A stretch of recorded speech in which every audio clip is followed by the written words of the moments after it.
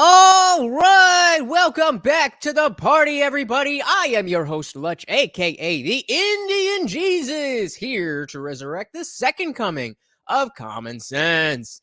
And today we are going to be talking about how to argue like a moron.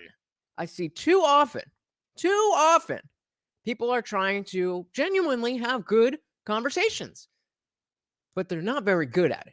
So I don't want to do a lecture and just, put on a class of this is what this is, this is what that is, this is what that is. So I have a video to, kind of give us some background. And then I thought we would look at just some normal conversations, some video essays, some on the street interview type, different types of scenarios. And I want you guys to be able to call out the logical fallacies as you hear them.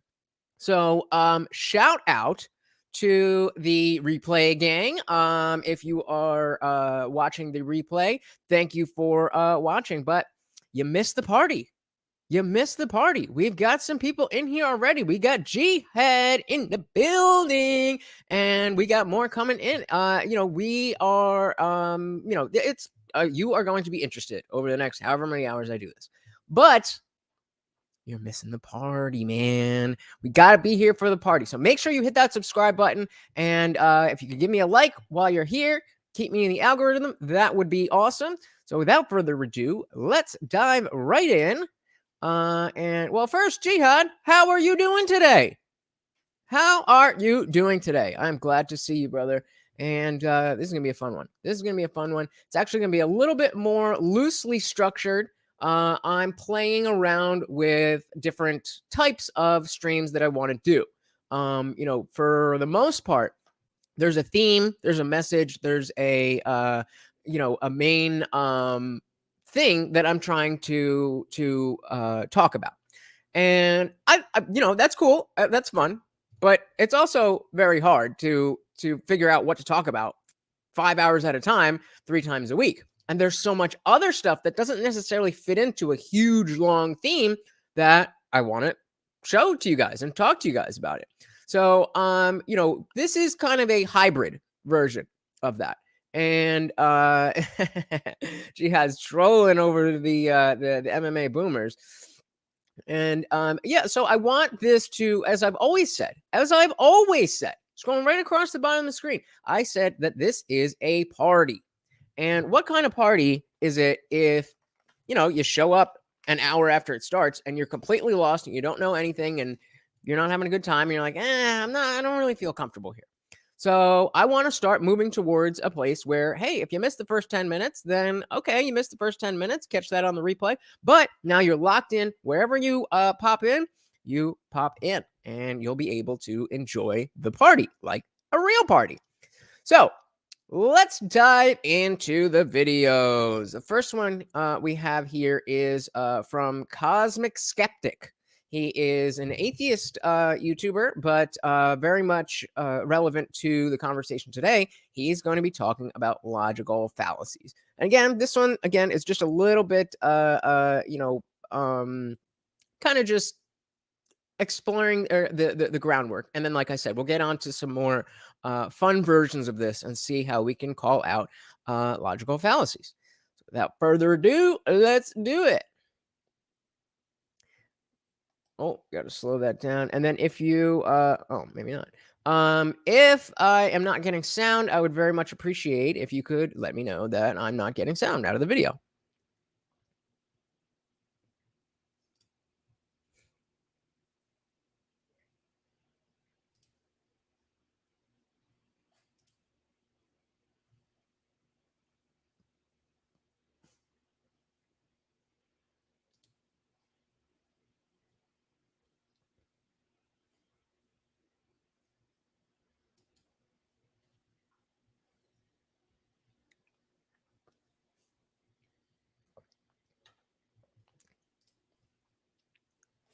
No sound. Always. Thank you, gentlemen. Thank you. I appreciate that. So far, he is just talking about pretty much what I just said, the idea about logical fallacies. All right. Take two. Weirdly, and this was seriously uncanny, I had the idea to make a video called Stop Misusing Logical Fallacies quite a while ago.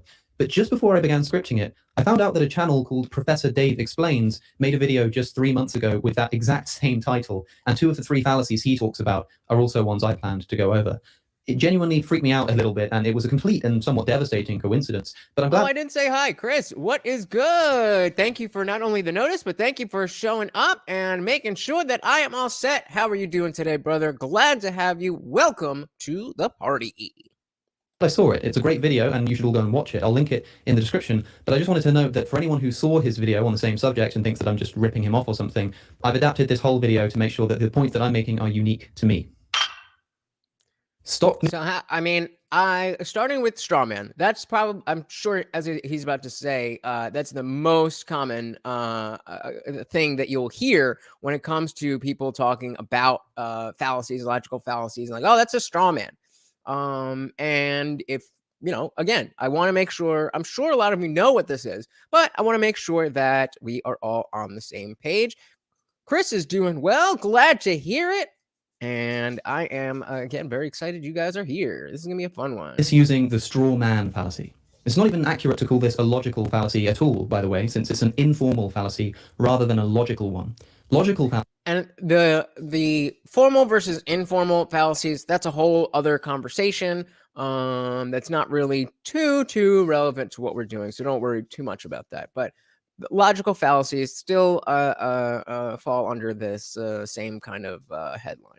Fallacies occur when there is an invalidity in the logical structure of an argument, regardless of its content. Informal fallacies occur when there's a problem with the content of the argument. Someone's argument could be perfectly logically valid, but still informally fallacious because the premises are unsound or a misrepresentation. And that's what a straw man is, a misrepresentation of your opponent's argument in order to make it easier to defeat. The reason it's called a straw man fallacy is because it provides imagery of someone fighting a man made out of straw, a fake man, instead of a real man. And the fallacy occurs when someone is fighting against a fake position that their opponent doesn't actually hold.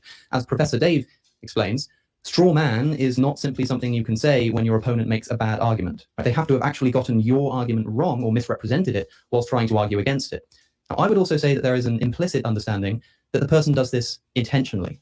Right? If I intentionally misrepresent an opponent's position by saying, for instance, all Christians believe that the Bible was written by God, but God didn't write the Bible, so Christianity is false, I've committed the straw man fallacy, since it's not true that all Christians believe the Bible was written by God. And I know this, that's not the Christian position, but maybe it's— So in case, just to, again, make sure we're all on the same page, the reason it's called a straw man is because you are fighting, it's used in debate context. So if you're fighting against a real person, that's a very difficult thing.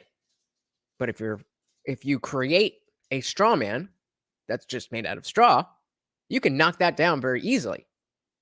And if the people watching the fight don't know the difference, then they see the straw man on the ground, they say, oh, you won. But it's like, dude, you're the guy is still standing there. You didn't even talk to him. And so, people being the arguments. And so, again, if you're saying he's talking about what Christians believe, but, straw man arguments happen all the time. They, just the idea of saying Trump is a racist. That's a straw man argument because the point of the, or you shouldn't vote for Trump because he's a racist. That's a straw man argument because it's not true. I mean, he says things that are not, liked by everyone, sure, but it's you have to deal within reality and facts. It's just easier for me to argue against this idea of God somehow writing a book. Maybe that's just easier for me to argue against than the real Christian position. So I might claim that this is the Christian position in order to make it easier for me to argue against. This would be a straw man. But I can also do this unintentionally. For instance, if I used to be a biblical literalist and genuinely didn't realize that most Christians think the Bible isn't written by God, I might mistakenly misrepresent the Christian position.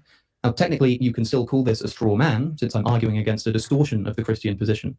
But if it was a genuine mistake, and not just an attempt to make things easier for myself, I don't think it's too helpful to accuse people of committing the fallacy, which usually has the implication that it's being done on purpose to make the argument easier to defeat. But you can still say something like, you're straw manning my position, just recognize that your opponent isn't always doing this on purpose. It could be a genuine mistake. But here's another way in which I've seen this fallacy misused. Sometimes I've pointed out that if someone believes one thing, that should lead them to another belief, which they claim they don't hold. For instance, if someone says, I care about all animals, but I don't care about dogs, I might say, well, no, if you claim you care about all animals, then you're claiming to care about dogs, since a dog. So that is the logical through line, that if you say I care about all animals, and then you say I don't care about dogs, that is not logical. Let's see where he's going with that. Dog is a type of animal. And they might respond, I just told you I don't care about dogs. You're straw manning me by saying that I do. That's not my position. Now, obviously, it's not straw manning someone to point out that the implications of a belief that they hold might include another belief that they claim not to hold. Right. So if you're in an argument or you're in a discussion with somebody and they say you're straw manning me, then the question is how? Because the next thing that should come after you're straw manning me is you're saying I'm saying this, when what I'm really saying is this. Because this, you're saying that I'm saying this, being the straw man, when I'm really saying this, the real man, or the real argument. I'll give you a real life example to tell you what I'm talking about. After I posted a video about veganism claiming that we don't have the right to harm an animal for the sake of taste pleasure, someone tweeted the following to me. Admittedly, you do straw man the omnivorous side of the fence. There are other options for nutrition, sure, but that doesn't mean it all comes down to only taste, as you continuously say it does. If you want to be taken seriously, steel man the opposing argument instead. So I think he goes right into it, but the steel man or steel manning an argument is the complete opposite of a straw man. If you're in a discussion with somebody and oftentimes they'll be like, I don't think you understand what I'm saying, then that's a good place to say, okay, well, let me try to steel man your position, which means to put out the position as you are actually arguing it. So if you say that, just putting all homeless people in empty homes will solve homelessness, and I disagree with that, and I'm making points, and then somebody says, you're straw manning me, then I can say, no, let me steel man your position to show you that I do understand your position. So that you would say, I think your position is that we should put all homeless people in empty homes, correct? And at that point, then you are on the same page and you can continue talking about the same thing. How often on this channel do we talk about people talking across each other, talking past each other? And that's often because you're just not having the same conversation. Even though you're talking to another person directly, doesn't mean that you guys are having the same conversation. That's exactly what this is talking about. Person thinks that I'm straw manning the meat eater's position by claiming that the only justification they have for eating meat is taste pleasure. Their position is actually that it's about getting proper nutrition as well. So when I say it's only about taste pleasure for them, I'm straw manning them. But this isn't what's happened at all, right? My reasoning is as follows. Let's say that you think your justification for eating meat is taste pleasure and nutrition. Right? I make the point that it's perfectly possible to get the exact same nutrients without eating animals. And so you can't justify eating animals by saying you need the nutrients because you can get the nutrients elsewhere. Right? The only thing that you can genuinely not get anywhere else is the way the animal products taste. So that's the only thing that can justify needing to eat animals specifically and not some vegan alternative. So take stock of what's happened here. The meat eater says, I eat meat for nutrition. I respond by saying, you can get the nutrition elsewhere. The only thing that you can't get elsewhere is the way it tastes, which isn't a good enough justification to harm an animal. And the meat eater responds, you're straw manning me. Right? I just told you that it's not about taste for me, but nutrition as well. No, I haven't straw manned you by understanding your position, representing it correctly, and showing why what you claim to believe is false. This would be like someone saying, I believe in God because I took LSD once and spoke to him. And me responding, well, no, you probably believe in God because you hallucinated hearing his voice due to the effects of the drug. Imagine the believer responding, you're straw manning me. My position is that I spoke to God, not that I hallucinated his voice. That's not what a straw man is. Just because I think your position is faulty, don't think that this automatically means I've misunderstood or misrepresented it. Stop misusing the ad hominem fallacy. This is one of my favorites. Ad hominem is short for argumentum ad hominem, which is Latin for argument against the person. And this is the most common thing that people will do and just say, well, you're wrong because you're an idiot. Like it's the most basic type of fallacy. Like this is obviously not how you argue with people. Fallacy is committed when instead of responding to your opponent's argument, you instead attack their personal characteristics in order to undermine their argument in the eyes of an audience.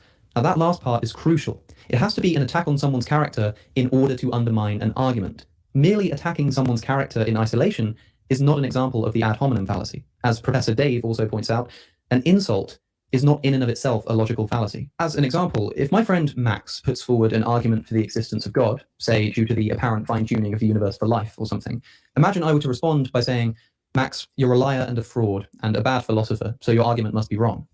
This would be an example of the ad hominem fallacy, specifically because I haven't just called Max a fraud, that's just an insult. I've said that his argument is wrong because he's a fraud. But this obviously doesn't follow. Someone who is usually a liar and a fraud is still capable of putting forward a sound, valid argument. So it doesn't necessarily mean that you are unjustified in not believing somebody who's a fraud. That's not what he's saying. But in any given singular case, then you have to determine, okay, even though I know this person to be a fraud, if they are saying XYZ equals ABC, then I need to deal with that equation. And that's a lot of times how language and arguments can be broken down into literal equations. And, they're not necessarily math equations, but they're right in the same line. And if this is, again, we've talked about syllogisms, that is essentially a type of explaining the formula that x if x equals a, then and a equals b, then x equals b. That's just a logical syllogism. And whatever you're talking about, you replace x and a and b with the things that you're actually talking about. And so these things are, even though you can have these arguments about more subjective things, the subjective topics, the logic that flows through your argument always needs to be objectively logical and rational. And that's why it's fallacious. Crucially, though, the way this is usually used incorrectly is people assuming that any time someone insults an opponent, it's a fallacy. And this simply isn't true. It's only a fallacy if the insult is used to undermine an argument. Just calling someone an asshole out of the blue might be rude or inaccurate, but it's not a logical fallacy. Saying you're stupid, therefore you're wrong, is to commit the ad hominem fallacy. But saying you're wrong, therefore you're stupid, is not. Nice. Stop misusing the appeal to emotion fallacy. And this has become particularly apparent to me since I started promoting veganism. People often accuse me of an appeal to emotion because I talk about the fact that non-human animals have emotions that need to be morally considered. That's not what the fallacy is. The appeal to emotion fallacy occurs when, instead of providing a proper argument in favor of my position, I just say something that will spark an emotional response in you to get you to agree with me that way instead. For example, if I were to say, hey, you should stop eating animals because look at this picture of a cute pig. Look at this video of a cow crying. It's so horrible and sad to kill them. We really need to stop this. Yeah, that would be an appeal to emotion. I'm trying to convince you, not by providing some valid philosophical argument, but by trying to evoke an emotional reaction in you instead. But the fallacy... Right. So it's just a matter of, you see this a lot. You see this a lot. And the emotional, especially with things like gun control. You hear that, oh, there's so many children died and we had so many mass, and so therefore we need to ban this gun, that gun, that. It's like, okay, that's an appeal to emotion because that is not how to solve the issue. Just like the veganism example he just gave. Does not occur simply because someone talks about the emotional states of people or animals. Right? I can make a rational argument that bases morality on pleasure and pain that says something like, premise 1, any being capable of suffering has moral... This is precisely the syllogistic form that I was talking about. ...worth. Premise 2, cows are capable of suffering. Conclusion, therefore cows have moral worth. This is a perfectly valid and, I believe, sound argument. Now, someone might be tempted to say, you're just appealing to emotion, talking about how cows are capable of suffering just to try to make us feel bad and feel sorry for them.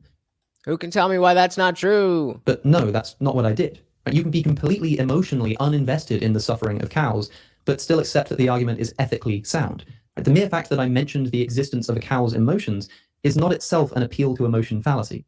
Right. Similarly, if I argued that pro-lifers need to consider the emotional impact on a woman who was raped being forced to bear a child... Hey, we got Tyler Smith in the building. Welcome to the party, brother. Tyler says logical fallacies messed me up in high school English. Yeah, it's once you understand them, then it's almost like a second language, but there's so much. And like, we're going to get into some real life examples, some on the street interviews, some stuff like that. But I wanted to give this foundation because of exactly this. It's tough. It's tough to be able, not even just understand, understanding how these fallacies work is one thing, But what I want to do is once we go, we're almost done with this video, and then we're going to go through and see where we can find the logical fallacies in just everyday conversation and stuff like that. But welcome to the party, Tyler. Glad to have you. It's not an appeal to emotion fallacy, right? I'm not saying, oh, think of the poor women.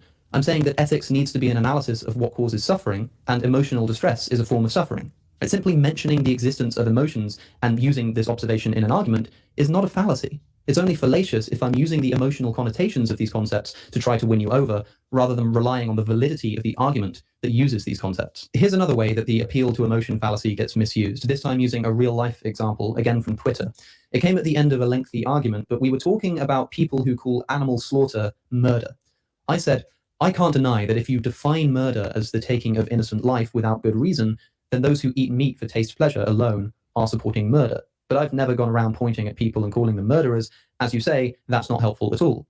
So I'm saying that if for someone murder is literally defined simply as the taking of innocent life without good reason, then taking an innocent animal's life without good reason would technically be murder.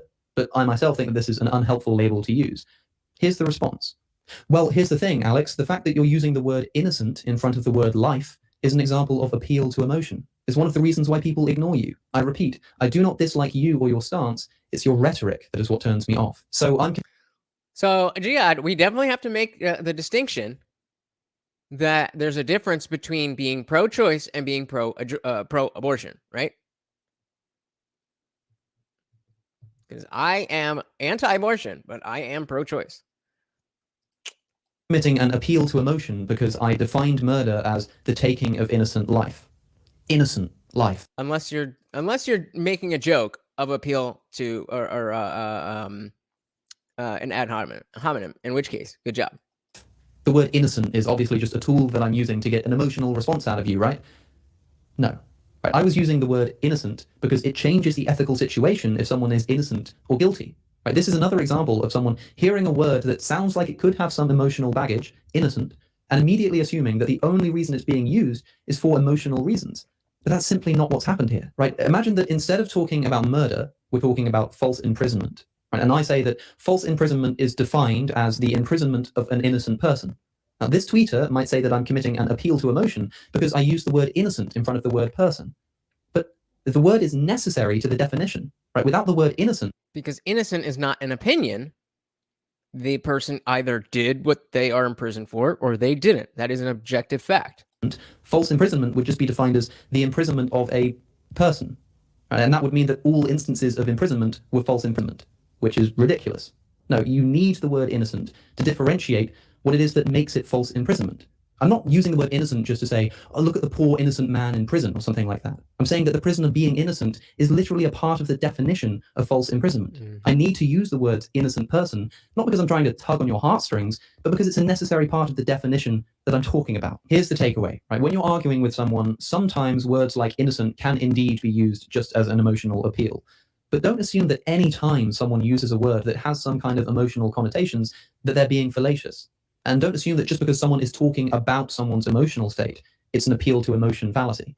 The fallacy occurs when I play on your emotions to get you to agree with me, not just any time emotional concepts are mentioned in an argument. Right? Me arguing that we shouldn't imprison innocent people is not an appeal to emotion. Now, of course, none of this.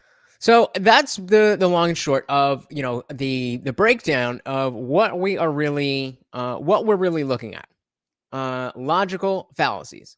So, real quick, before we do anything else, I figured we could lighten it up a little bit.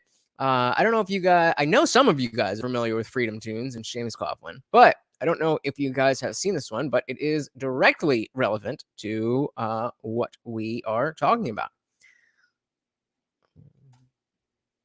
Hey, I think that we need to normalize every sexually perverted behavior known to man. So are you a pervert then? Unfair! Not unfair! Unfair! Unfair. Oh, well, yeah. I think it's a bad idea to normalize sexual perversion. What's in this freak's browser history? So we even in that one, come on, no, stop. even in that 1 minute little cartoon, we saw that God, Jesus Christ, why is this doing this? Or not even 1 minute, 30 seconds.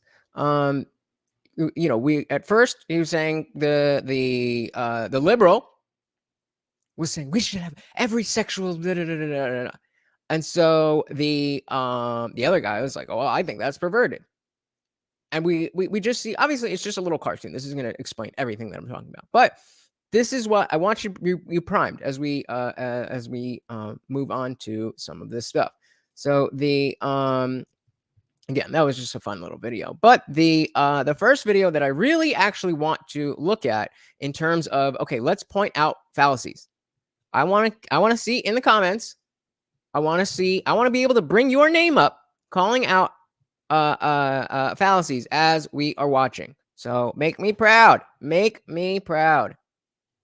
Racist 5, 4, 3, 2. So this is like some of those Jubilee videos where they will give a prompt and then you it's like a survey. So the prompt or the claim here is America is racist. It goes from strongly agree to neutral to strongly disagree. One move.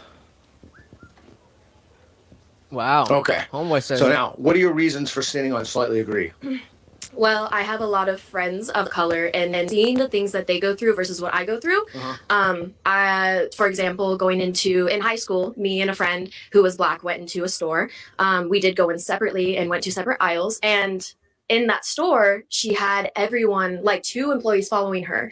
They didn't know her. We had never been in that store before, and they automatically assumed that she was shoplifting. How do you know they assume that? Because they came up to her and they said, "Are you shoplifting?" And what did she say? She said no. She asked why that they thought that. And then one of them straight told her that she's Black. So they just assumed. Oh, so they were at least honest with her. They were honest, but it was still, I don't know if I would say racist or prejudice, but it still was going against her skin color. Okay, so we've got a claim that America is racist. And this woman is claiming that she is logical in saying that she slightly agrees with the notion that America is slightly racist because of this anecdotal situation. And I'm not saying it's only the anecdotal situation, but that's where we are so far. And you're saying that's not a one-off. That's like a common thing. I've seen a lot of it. I'm from a smaller town in Southern Oregon, and they're just... So if you're from a small town, how much of it have you really seen? Maybe you just live in a racist town. The things that are said, and people back it up by the fact like, oh, it's America, like we have freedom of speech, and that often that freedom of speech gets mixed up in, I mean, you do have freedom of speech, but a lot of times people will use that freedom of speech in order to use hate speech. Okay. Do you agree with everything she said? I mean, I know you don't know her friend, obviously, but do you agree with the sentiment? Basically, yeah. Okay. So why are you on the strongly agree line? Because I believe in the systemic inequalities that exist in the U.S. Okay, so that's different from what you said. He meant it was systemic. Systemic, yes. So do you think there are systemic inequalities? I do. I don't know. I feel like I haven't done enough research to really... That's fair. Yeah, I might believe in it, but I don't have... Finally, somebody at least just saying, I don't know. I don't have enough information to answer that. Finally, that's refreshing at least. The facts to back up what I like in order to get into a conversation about it. So you're saying it's more on an individual basis, and the gentleman on the strong agree, and I don't want to put words in your mouth, but it seems to me that he's saying it's more of a system-wide thing. Is that right? Sure, yeah. Okay.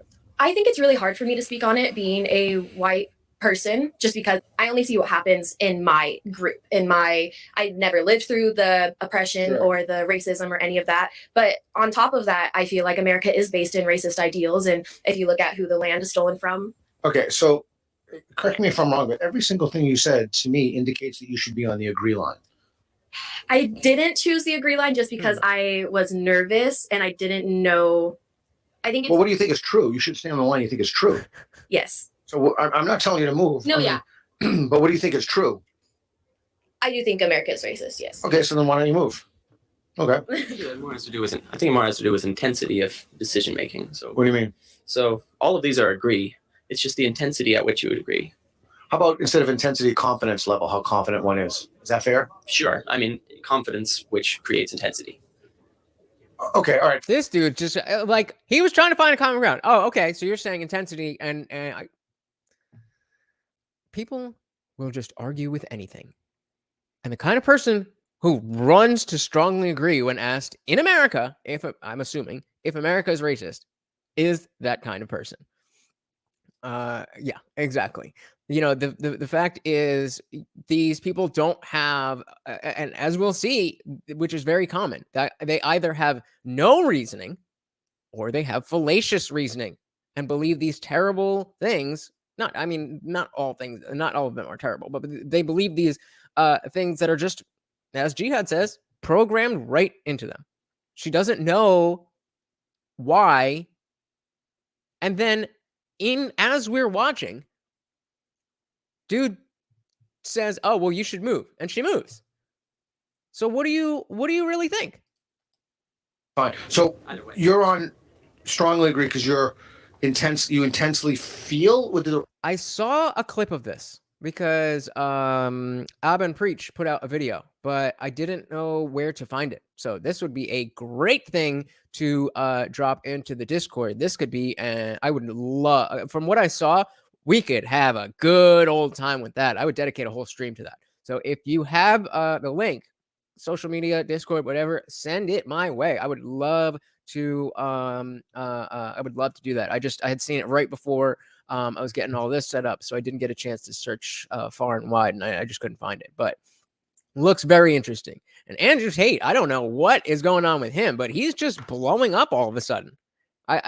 He's been around. He's not like a new dude. I don't know who the XQC dude was, but all I saw was when Andrew Tate was like, "So if somebody breaks in the house, who's going downstairs? You or your girl?" He's like, "Neither of us." What do you mean neither of us? He's like, "Okay, how about your kids?" Like, so that's a whole other thing. But exactly, in a debate is specifically where we need to understand these fallacies, because not committing some of these fallacies in just normal discussion isn't necessarily a big deal. It's when you're trying to prove a claim that it comes into like, okay, that's not logical thinking, and it could be even whether this movie is good or not. If you're saying, I like movies that have this thing and that thing and that thing, but we just saw a movie that had 2 out of the 3, and you say it was horrible, you don't necessarily have to, it doesn't have to be logical that you didn't like that movie, but it also isn't logical if it has all the stuff that you like and you say you didn't like it. But of course, that's not really what we're talking about. it was the word feel. I don't want to put words in your mouth. Is it think? Is it what is it? I mean, all the above. It's not a thing that I directly experience. I mean, obviously, as a white guy, I don't really experience racism on the day-to-day quite in the same way. So- as a minority person, but So you said the word systemic before. What is that the word you use, or is it systemic? What does that word mean? I mean, it's the violence inherent within the system, to quote Monty Python.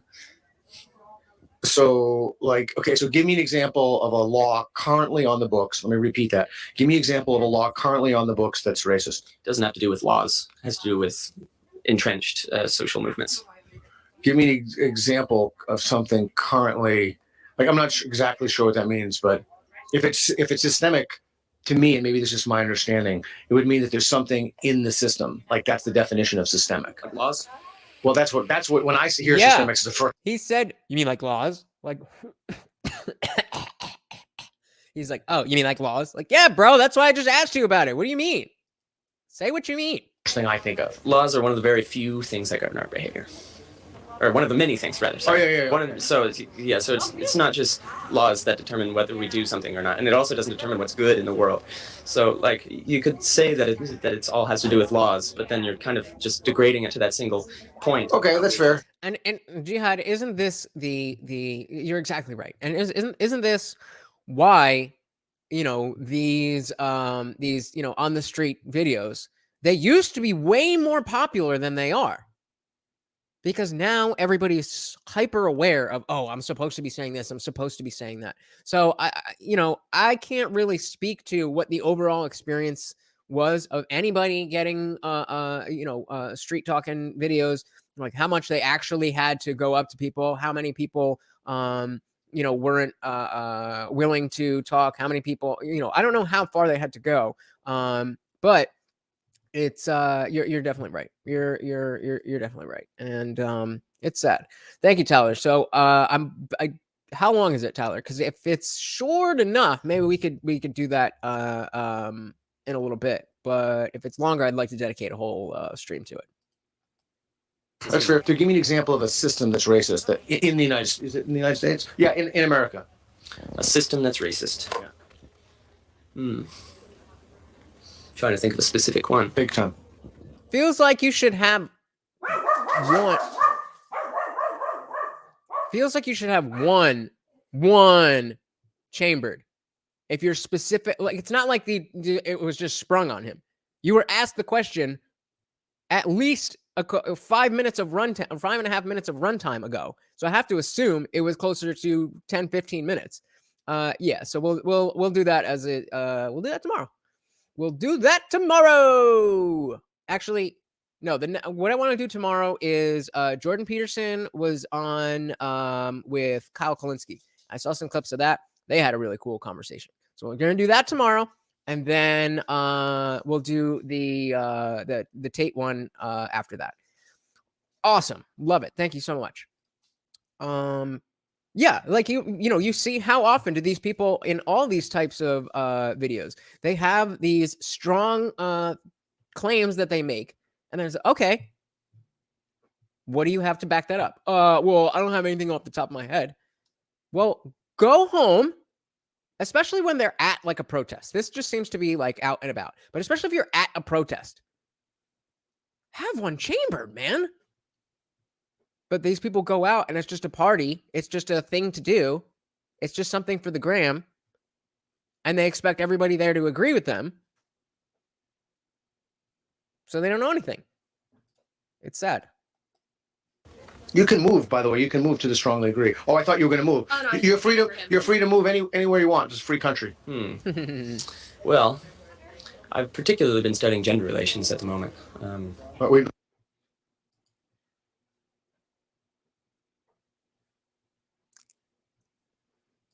Let's try to.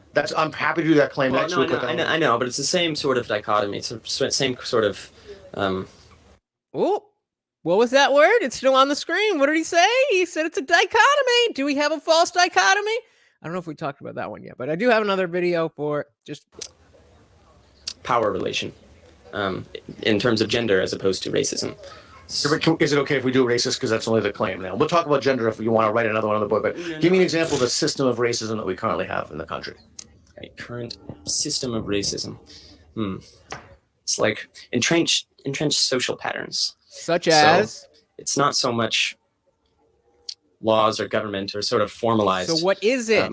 Yeah, we'll forget laws. We'll forget laws. Just give me a system. It's more just how people act with each other. So like literally what she's described earlier, this sort of circumstance in which somebody... Her friends. Yeah. It was circumstance in which somebody was supposed to have done something because of their skin color, because of internal assumptions that we have about particular people. That's the systemic... How is that systems in terms of just people, maybe there were two just neo-Nazis or just weird, creepy people or just... I mean, how is that a system? Because we're in a system. Humans are systemic. What? So if any human does anything, then it's systemic. What? This is what happens when you don't know how to think about the things that you think. That's what I'm trying to do here today, is to help you not argue like this moron, not know what the fuck you're talking about. You don't have to be right about everything. But when you see that this guy is cornering you, instead of spinning your wheels and just word salad and just spitting out and digging your heels in, maybe America isn't as racist as I thought. Maybe even though there are racist people, I was wrong in my initial assessment. But no, he doesn't see it coming from a mile away, and that's why he's in this position. So people cause systems, and systems cause people. You can't just look at it from the system thanks causing for clearing people, that up. Systems cause people, and people cause systems, and therefore racism. Got it. Causing systems. Okay, so if the same case of a black person going in a store and nobody approached them, the same argument that you just could be used to say that there's a system in place that does not discriminate against. So This is how you think logically. You take the idea of, okay, this person is black. Premise A, this person is black. Or premise one. Premise one, this person is black. Premise two, they went she went shopping with a white person and only the black person was followed. Conclusion, America is racist. It's very easy to see that doesn't make sense when we break it down and we're able to think, especially on the fly like that, as this man is able to do. It would seem to be more So let's than the back that behavior. up. People say if a black person going in a store and nobody approached them, the same argument that you just could be used to say that there's a system in place that does not discriminate against. So it would seem to be more than the behavior of people. So a system is a very specific claim. You're saying it's a system. Like, give me an example of a system. She's describing one from the outside. So first, I do want to say that I do feel like this is I know a lot of people try to say She's gonna, if she goes to, I did watch this, but I watched a bunch of them, so I don't exactly remember how they all played out. But if she goes to, see, you're just denying the existence of da da da da, then I'm skipping to the next video. Factually, America's racist. In my opinion, I do think the phrase America's racist is an opinion. I don't know if that stems from me not liking conflict, but I just want to say first that this is my opinion. Like, I don't have the factual evidence to back it up and say it's a fact. Okay, let's pause on that. So when I say America's racist, the claim is that true? Do you agree that that's true?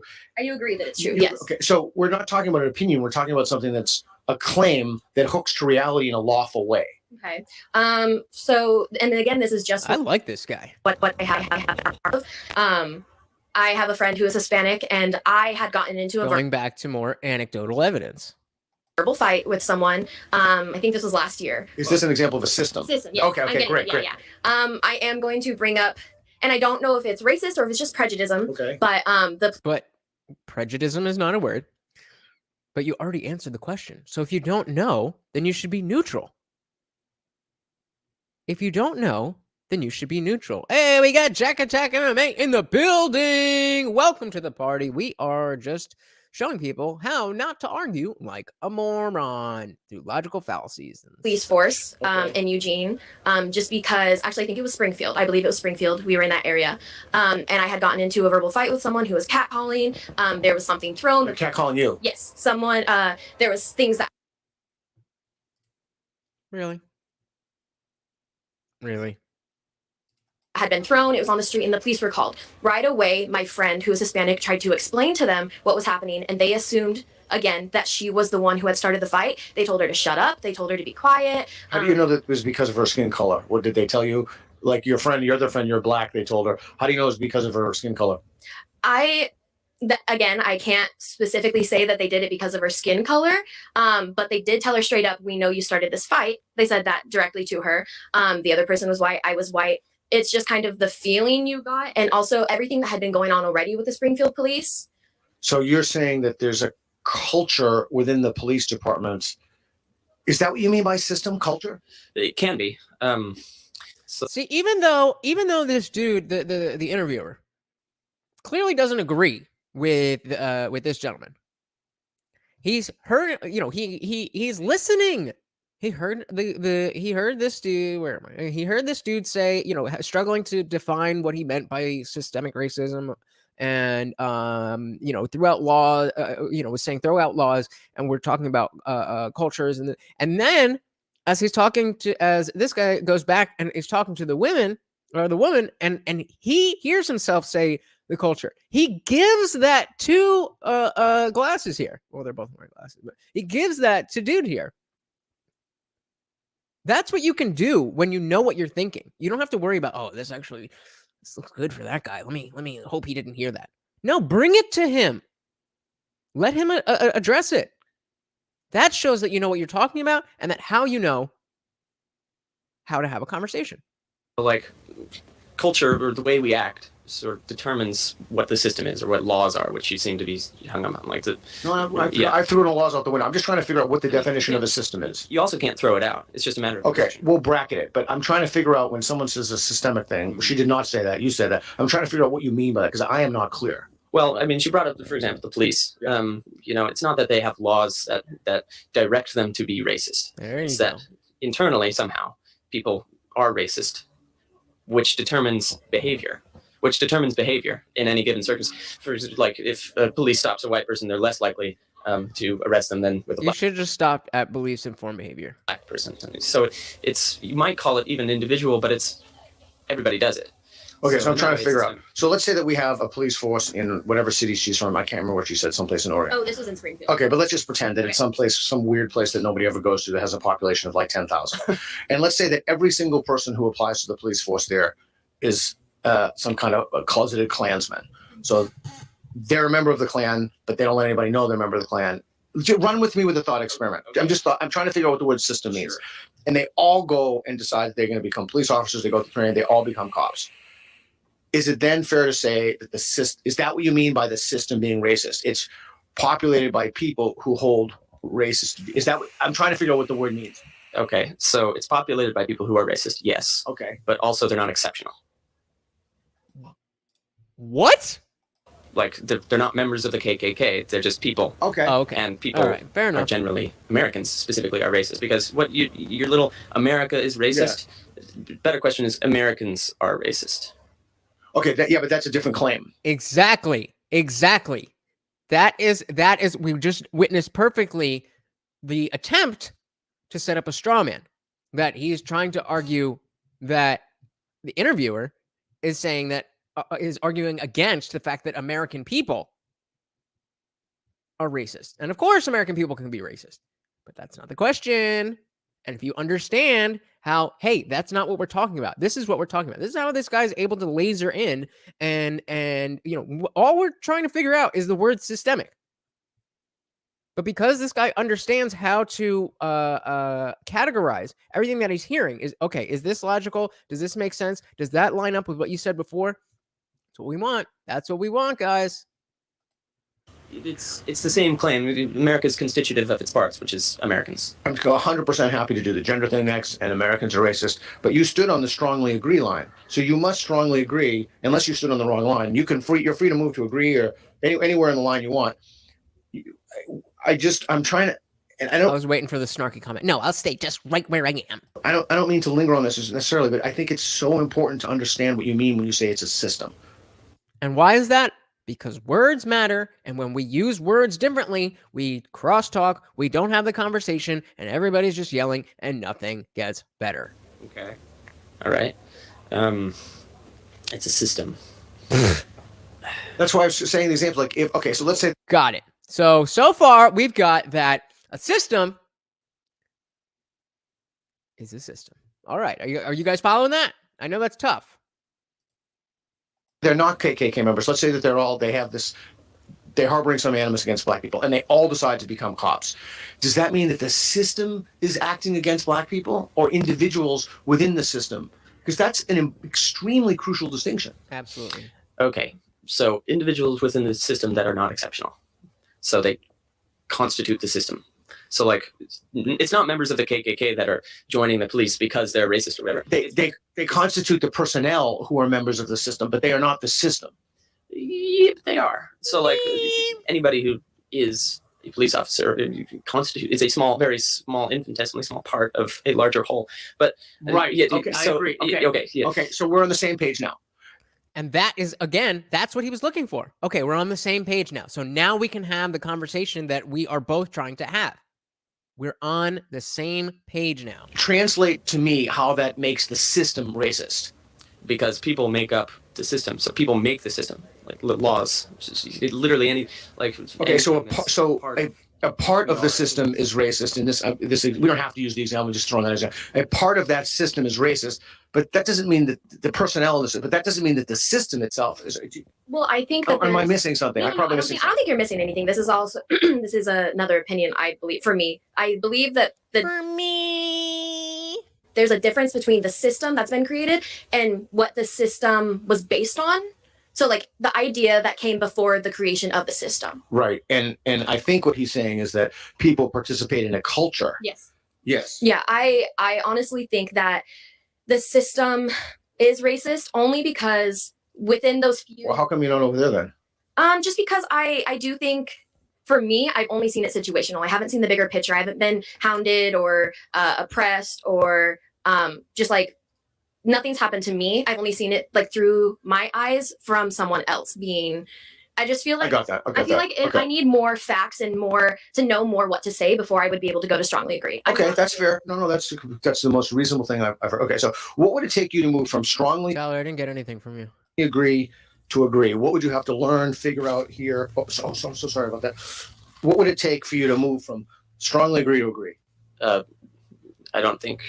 That's a great question. That's a great question. He didn't ask, how do I get you to go from strongly agree to neutral? He didn't ask, how do I get you from strongly to agree to disagree? He said, how do I get you from strongly agree to agree? Incremental steps.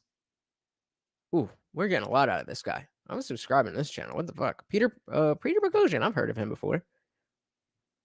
Why don't I know? Why am I not more familiar with him? And a like, which you guys should do, right there. I would. So what evidence would you have? I think we cut it off. What would it take for you to move from strongly agree to agree? I don't think I would. So what evidence would you have to hear? So again, the question wasn't, do you think you will? It's what would it take? And you can say there's, it would have to be, something ridiculous, like if slavery never happened. Okay, but that saying that you wouldn't is not an answer to the question. What reason would you have to hear? What argument would you have to see to persuade you? I see no point in being in agree or slightly agree. I am either going to be in strongly agree or strongly disagree. So before I want to address that, but first he said, I don't see myself being in slightly agree or agree. But he already said in the beginning that it's just basically a binary. You either agree or you disagree. And then after that, it's a level of how much confidence, how much intensity. But now he's saying he would only be in strongly agree or strongly disagree. And that actually makes perfect sense to me. That actually, now that I think about it, somebody who thinks like this, of course, everything is balls to the wall, all or nothing. There is no nuance. Everything is either strongly agree or it's the worst thing ever. Makes perfect sense. Perfect sense. Does anybody disagree with that? Agree. I followed you up into the very end. Why I was right up. I tracked the whole thing you said up until the why. If somebody convinced me that America is not racist, then I would be in strongly disagree. I would not. There's no gradient to me. What if someone convinced you, like she said, that there are a non-trivial number of people harboring racist attitudes, and that I could show you examples of redlining and lack of equity and equitable distribution in schools and poor people in black neighborhoods going to worse schools? Like, if I could show you statistics of black people being pulled over by the police, but disproportionate rates? Yeah, I mean, we all know that. Yeah. We all know that. I hope the statistics of it. But more liberal elitism. We should all know police statistics because that's what everybody does. Just hang out and read police statistics, which you haven't been able to say any of them. So I just don't understand. So what? Okay, then what evidence would it take you to move to strongly disagree? What would you have to be shown? That America is not racist. Okay, and what would that look like? What data set would that look like? I have no idea because I don't agree with it. How would I know? Or else I would be over there. Well, wouldn't you have to know the conditions under which your belief could be false to justify your confidence in the belief? Could be false. So basically he's asking, so the only reason that you should know that you strongly agree with this is, and saying that you wouldn't be moved unless it was completely different, then it's expressing a confidence that doesn't really deserve to be there because you haven't been able to answer one question clearly. I mean, I suppose you are right. I would have to be Hey, all right, redemption. I'm with it. Hey, you can sound as dumb as you want, but if you are willing to stop and think and admit, maybe you're right, maybe I'm wrong, then you're okay in my book. convinced in some way that that statistically and or empirically, America has no racism. I mean, that's just like extending out the America is not racist statement. Or maybe it's just that it's not as racist as you thought. Like, what evidence would you have to think that it's not as racist as you thought to move you to the agree line? I don't know, that a lot of people don't experience racism on the day-to-day, for example. A lot of people, or the majority of people, or some people? Like, a lot meaning like 25? Well, more people than I've heard. I don't know. I guess if it's a gradient, which I'm still not convinced it is, it's just is or is not to me, really. Because he was the one who said it's a gradient in the beginning. He was the one who said it's a binary choice. You either agree or you disagree, and it's just about how strongly you feel about that. And those are the words. Strongly disagree or just disagree. Like, what about the color of your birthday cake? I want the claim is the color. I want the color of my birthday cake to be blue. There's no nuance there. You either strongly disagree or strongly agree. That seems a bit ridiculous. Got you, Tyler. Because of its systemic nature.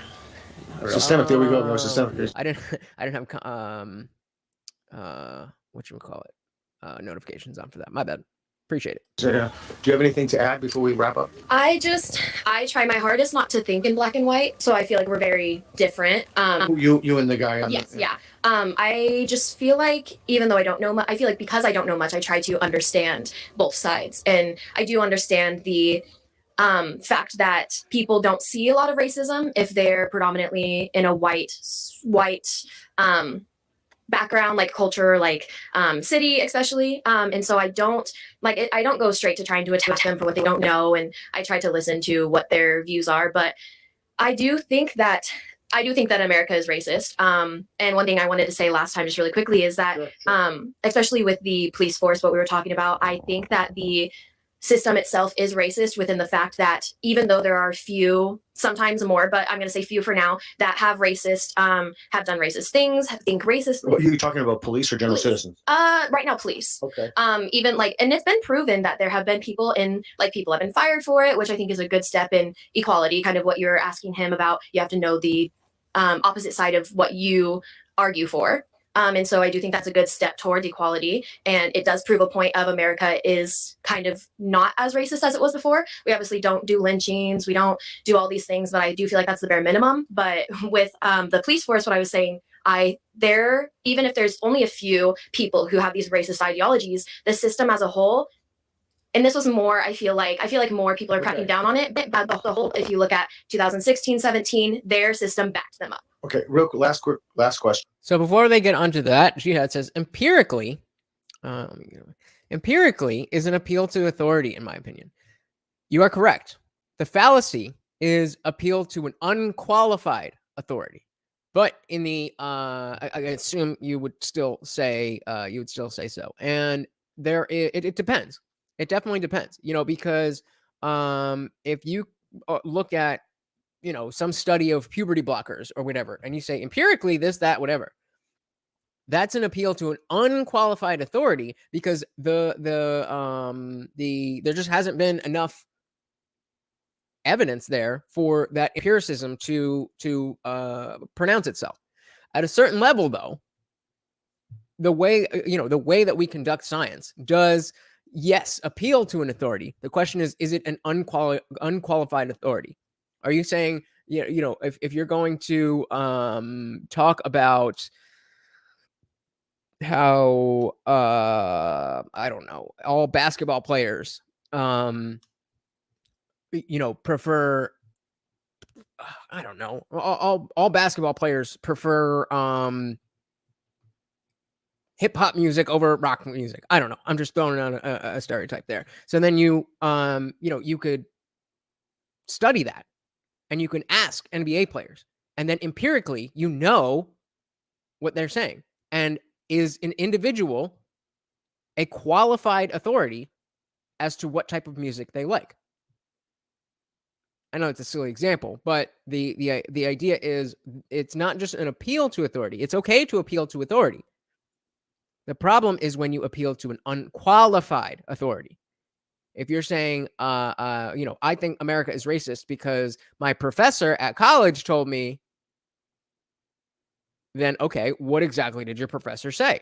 And maybe that you list a bunch of things, and it's somewhat reasonable for you to think that America is racist. But just because the professor said it doesn't make it true. That's the idea behind appeal to authority versus appeal to unqualified authority.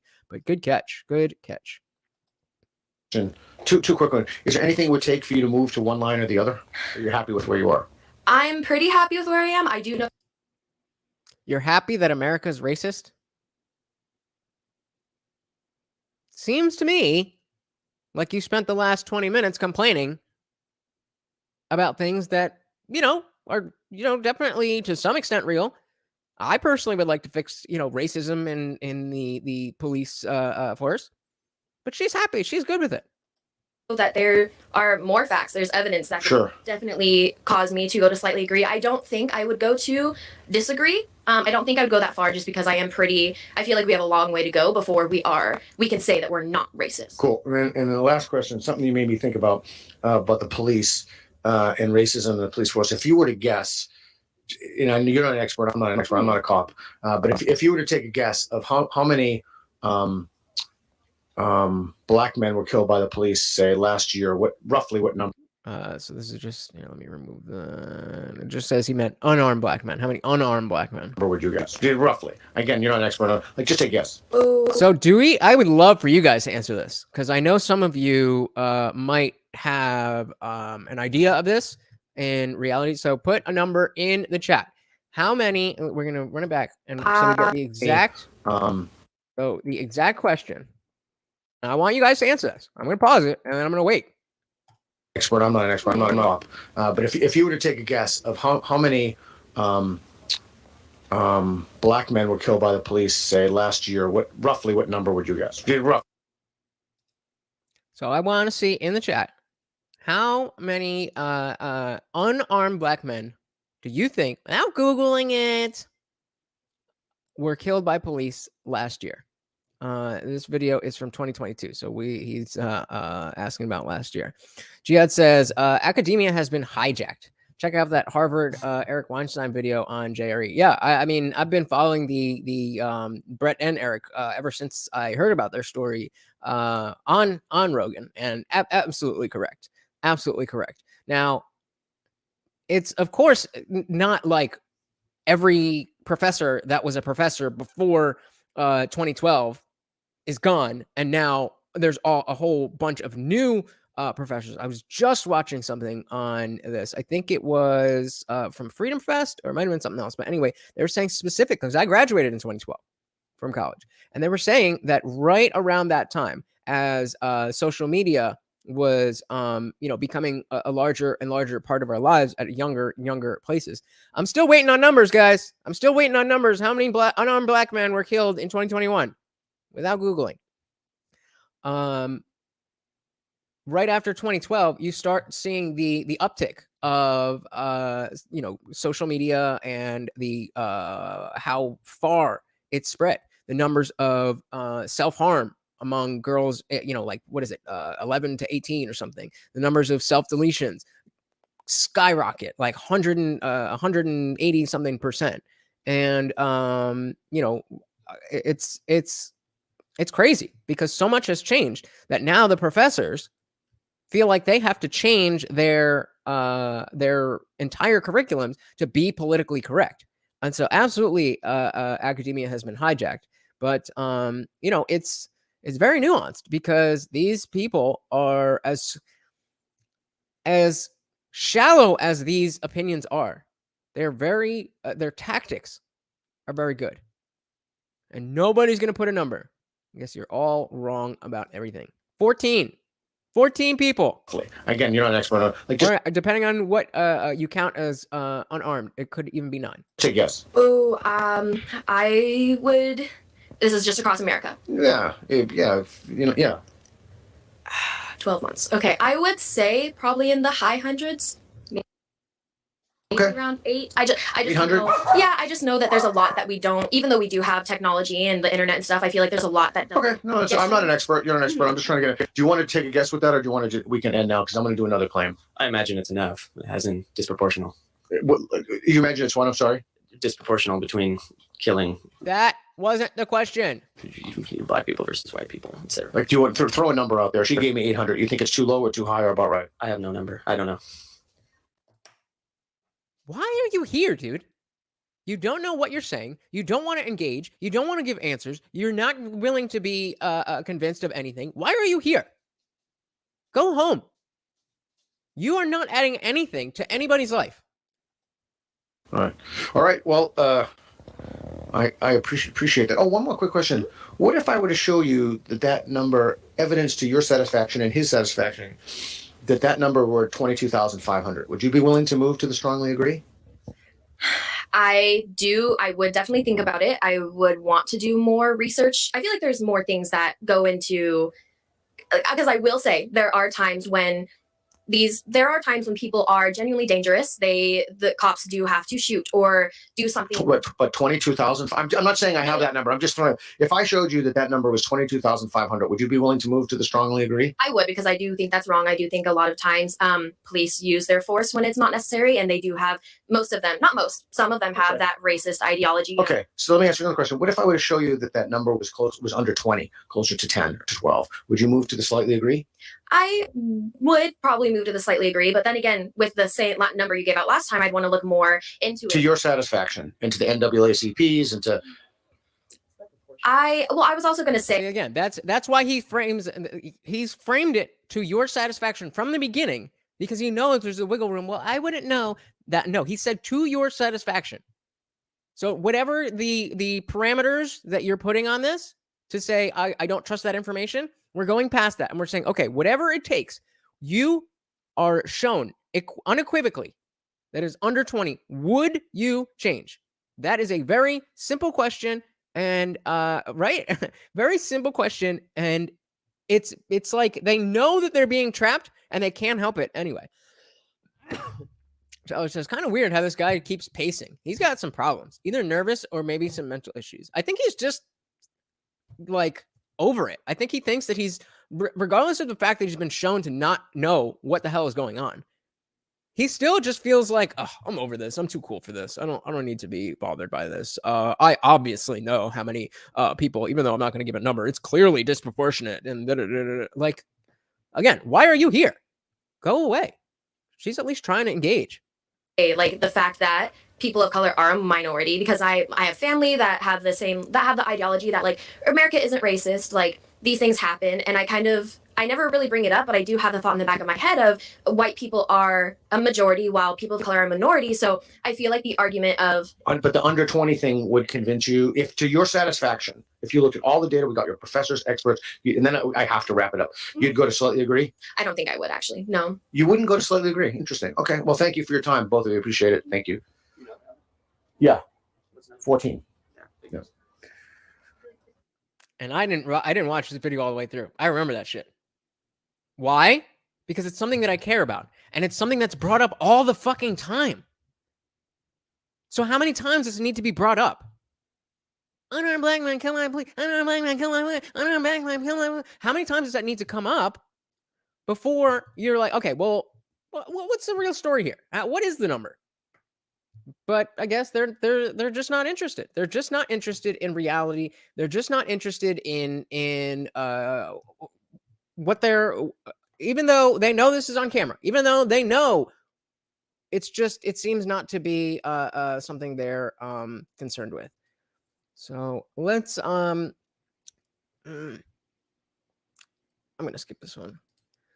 So this one is a little bit different, a lot shorter, a little bit different, and I wanted something aimed at myself. So this is from the Daily Wire, but it is Michael Knowles and some other guy talking about how atheism is a religion. Now remember, I've told you many, many, many times, and I always relish the opportunity to bring up the difference between agnostic and atheist and what they mean. Gnosticism refers to knowledge. Theism refers to belief in a god or gods, and therefore I believe I don't hold a belief in a god, but I don't claim to know that God doesn't exist, and that makes me an agnostic atheist. I do not believe that God exists, but I do not know whether God exists. Gnosticism and theism. Don't know, don't believe. That's simple. That's all that means. So let's see what they have to say about it. And I'm still waiting for you guys. I feel like I'm doing a bad job of explaining these fallacies if you can't get any. Nobody has gotten one single fallacy yet. And there may be a prize for somebody who wins. World condemning. He's on faith. They believe that everything came from nothing. Well, Nope. you can't prove that scientifically. Everybody's got to serve somebody. And so the environmentalists have the original sin of pollution, and they have the sacrament of, they sell indulgences in the form of those carbon tax credits, don't they? There, in certain versions of intersectionality, there's the original sin of privilege. There's actually the Gnostic metaphysics of transgenderism. I appear to be a man, but the flesh is evil, and really metaphysically I'm a woman. So you understand what Gnosticism is, yet you're going to spew this bullshit. You see all of these sorts of things crop up all of the time. Atheists, they pull away when you say that their religion is a faith. How can we convince them of this point? Well, the faith is just believing something that you can't mathematically prove. That's all faith. Right. So what is it that I believe that I can't mathematically prove? I mean, plenty of things, but not, in the realm of religion. It is, and faith and atheists take so many things on faith. They believe Such as? that everything came from nothing. That has nothing to do with atheism. Well, you can't prove that scientifically. They believe that this amazing universe of ours of incomparable beauty, harmony, and order came about by itself. Absolutely. And that is the most beautiful thing about it, is that nobody with magic powers was like, okay, let's make a beautiful world because I can just make anything. No, natural processes over billions of years enabled us to live in the world that we live in. And that is scientifically backed. That's faith. That's fact. They're trapped into this whole materialist worldview where everything has to do with atoms and molecules. All our. That's not substantiated? We're taking the idea of atoms on faith? I mean, again, if we're appealing to authority, but we're appealing to qualified authority, and there are, physics, people who do physicians? No. What's the word for people who do physics?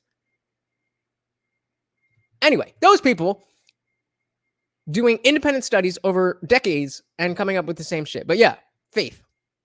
There's one big one here. There's one big one that's happening over and over and over. One fallacy over and over and over. And nobody knows what it is. Hopes and dreams and desires, all our art and culture and history, all our deepest desire for everything that's good and beautiful and true, all that to them is just due to the random movement of molecules. That's not... Exactly. Isn't that beautiful? Isn't that beautiful? That think of your wife or your kids or your favorite movie or your favorite song. Nobody just snapped that into existence. That is a natural process. What part of that am I taking on faith? That's not science. That's faith. What's more, that's an irrational. And since everybody is a mute today, we are talking. This is a solid list of straw man after straw man after straw man after straw man, saying atheists believe this and that's silly. So atheism is silly. But atheists don't believe that. Some atheists do, but it has nothing to do with atheism. There we go. I don't know why I couldn't think of physicists. Thank you. So you guys are here. All right, cool. So you know what? This is what we'll do. We'll finish this one up. This is a short one, but listen again for the straw man arguments.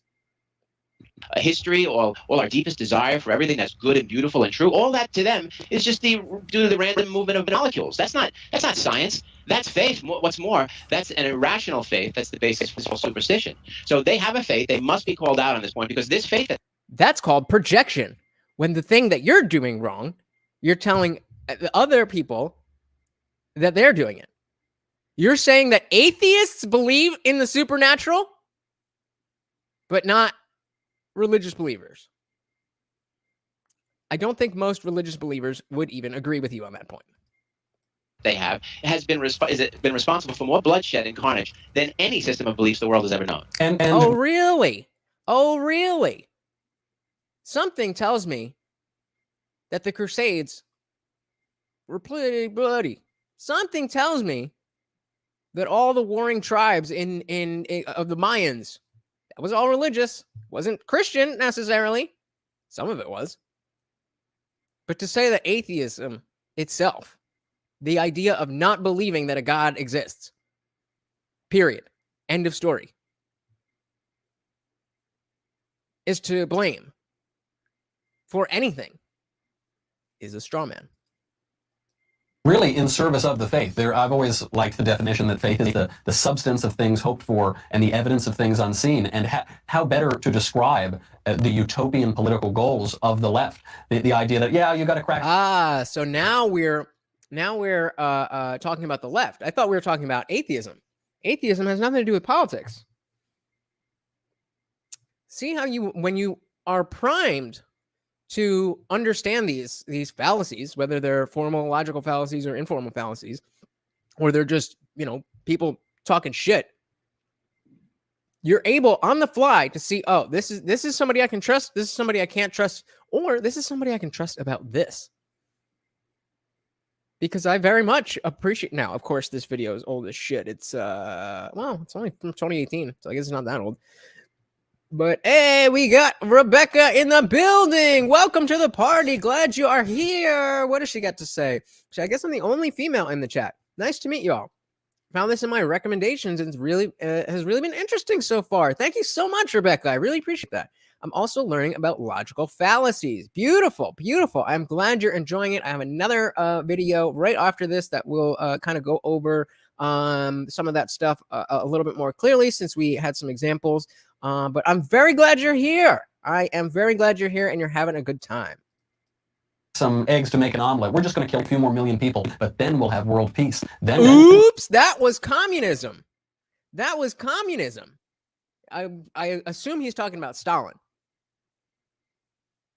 because he's talking about the left and all that. But now we've diverted. This is called moving the goalpost. We were talking about atheism. But because they can't kick the ball through that upright, then they got to move it to, okay, well, the communists are, killing, slaughtering people. Well, yeah, but that has nothing to do with whether or not you do believe in a God or you are not sure. we'll have prosperity. Then we'll have equality or tolerance or whatever you say about this. Well, I even saw some news articles correctly calling it out for what it is. Jesus, hold on one second. So that's, that was just a 2-minute long, He has. Sorry. That was just a 2-minute long thing of why atheists are not good people based on a complete straw man. And of course, I lost the fucking thing. Give me 1 second. Yeah, there we go. So yeah, since especially since Rebecca is having such a good time, I want to make sure that we're all Hey guys, welcome to the video. we're all on the same page. And just to go over, we don't need to explain what exactly the fallacies themselves are again, because we went over that already. But another quick video just to, again, get us all on the same page. Upon him. It's basically when it wasn't attacks. Oh, it's too fast for you. See, I got to speed watch this stuff for y'all. Person's character instead of responding to their argument. The point of the matter is, it's a deflection. Instead of addressing the argument or the thing they are trying to say, you are instead focusing on this essentially irrelevant information that has nothing to do with the argument itself. Right now, today, as a candidate, he supports federal taxpayer funding for Planned Parenthood. I disagree with him on that. That's a matter of principle, and I'll tell you. You are the single biggest liar. You probably are worse than Jeb Bush. You are the single biggest liar. Now, as entertaining as that was, we can see how that is not a response to the claim that Ted Cruz made. He just said, "Oh, you're worse than Jeb Bush," and because it was funny, and it sure shit was funny, then people clapped, and that's how the debate works. But when you're in an actual conversation, you don't have this very structured style that the presidential debates do, which is a whole other discussion about whether they should be doing it this way. Remember they were talking about having Joe Rogan be the moderator. That would have been awesome. But that's another story for another day. Nasty guy. Now I know why he doesn't have one endorsement from any of his colleagues. John, I Senator's pick from the buffet there. He's a nasty guy. So the next fallacy I want to talk about is the appeal to authority. Before we go, Tyler, right? Tyler Jihad. So Jihad earlier was talking about how the appeal to authority. So let's see how he has what he goes into. But before we do that, I want to just kind of say, does anybody else really want to see Donald Trump in the debates, but just not win? I would love to see that. I would love to see that. All right, moving on. So this is what we mean by appeal to authority. And again, the fallacy is not necessarily appealing to authority, but appealing to an unjust or an inappropriate authority.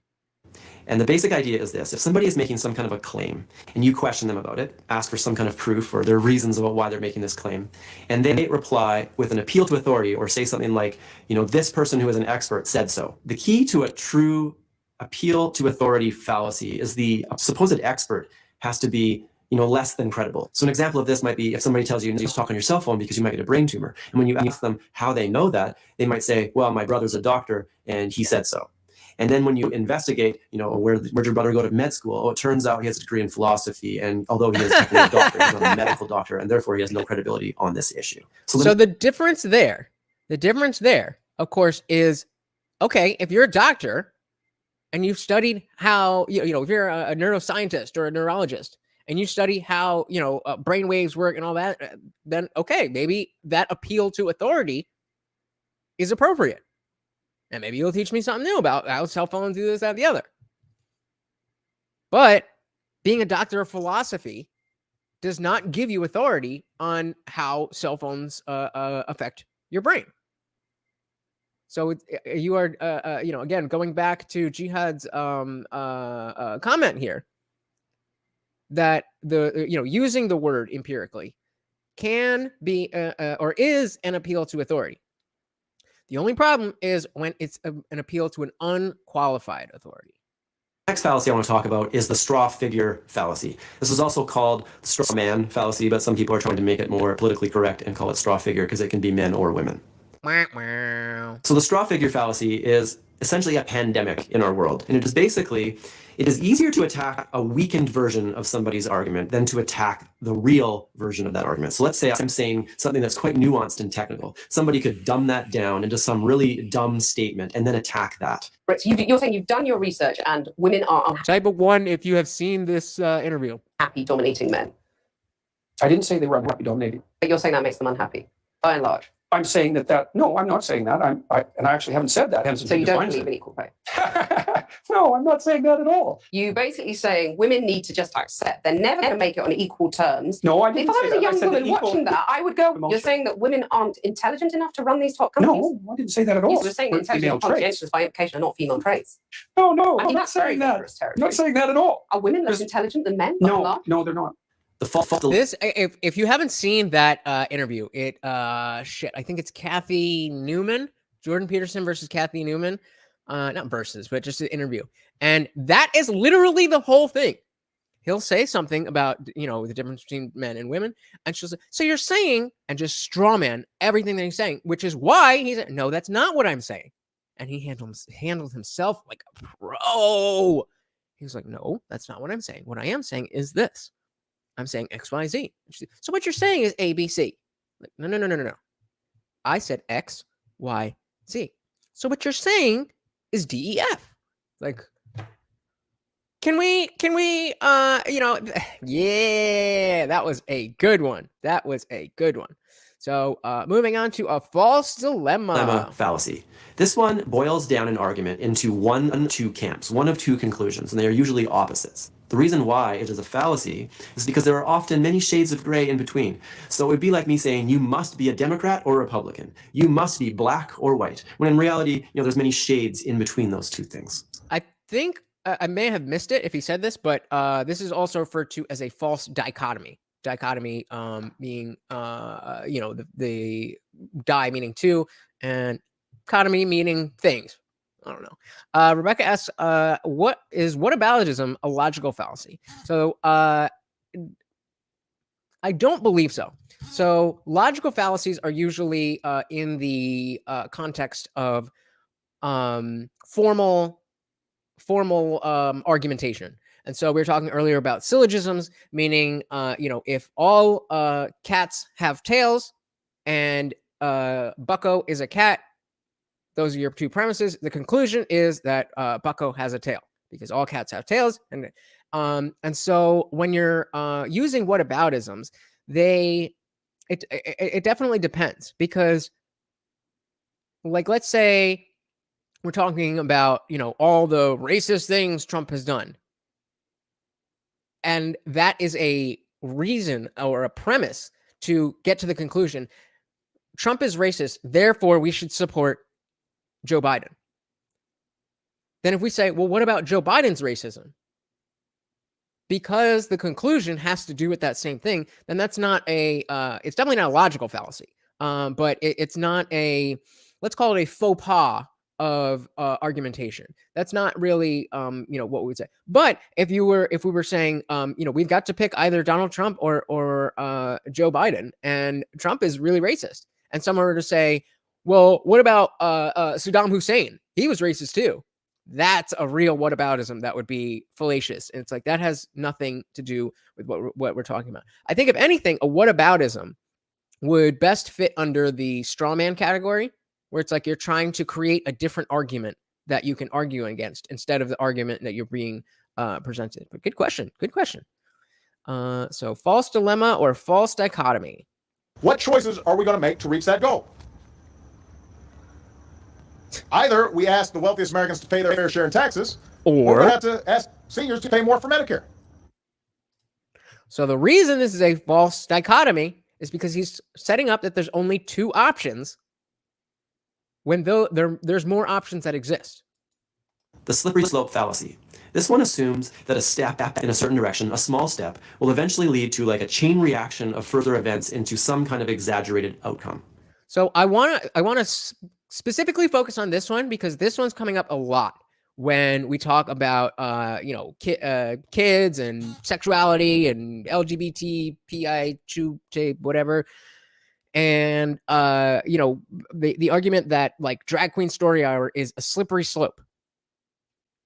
Again, just like with the appeal to authority, just because you are saying that a slope exists doesn't make it a fallacy. I'm gonna back it up and listen to the specific words that he uses about how it's not just the fact that you're connecting A to B.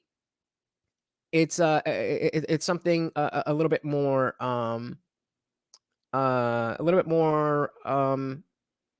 straight nuanced. And then so I'll let him say it, and then I'll come back and talk about the drag queen shit. In a certain direction, a small step will eventually be. Come on. Pay their fair share in taxes, or we're going to have to ask seniors to pay more for Medicare. The slippery slope fallacy. This one assumes that a step in a certain direction, a small step, will eventually lead to like a chain reaction of further events into some kind of exaggerated outcome. Exaggerated outcome. So in order for this to be a fallacy, instead of just saying this is, there's a difference between cause and effect and a slippery slope fallacy. So again, we say if that's not really a good example. If I throw one of these treats, then Morty's going to go, Morty, my dog, is going to go chase it and eat it. That's just cause and effect. That's not a slippery slope. The slippery slope would be if I give him this this treat, then he's never, ever, ever going to stop asking me for treats, and he's going to be barking the whole time, and I'm not going to be able to do my stream, and then my channel is going to die, and then that is a slippery slope. And so when we're thinking about whether the slope is real or not, whether the slope is accurate or not, We're asking what's the starting point? What's the ending point? And are the steps, that chain reaction, is that a reasonable thing? So if we say we're exposing children to LGBT stuff when they're young, it's going to say that it is pushing that, or it's grooming children, is a slippery slope. The only way that would be untrue is if we didn't see drastic changes in the ways children behave in the context of LGBTQIA+. But we are already there. We are already there. We already see young boys in strip clubs stripping with drag queens. Family friend, drag your kid to Pride. That is not a slippery slope because we are already there. We've already fallen down the slope. So to say that we fell down a slope is not a fallacy because it happened. I mean, think about a real, say you're actually physically climbing a mountain. It's one thing to say, "Oh, I don't want to climb up there because then we could slide down and die on the way down." That's one thing. But if you have already climbed up the mountain and have fallen, and then somebody else says, "I don't want to walk up that mountain because I could fall," and that's not a fallacy. It already happened. It's true. So I just want to make sure that that one was clear because that's been coming up way too often. Remember the first video we talked about with Cosmic Skeptic, he was saying how often people misuse the logical fallacies, and that's the biggest one that I've seen lately.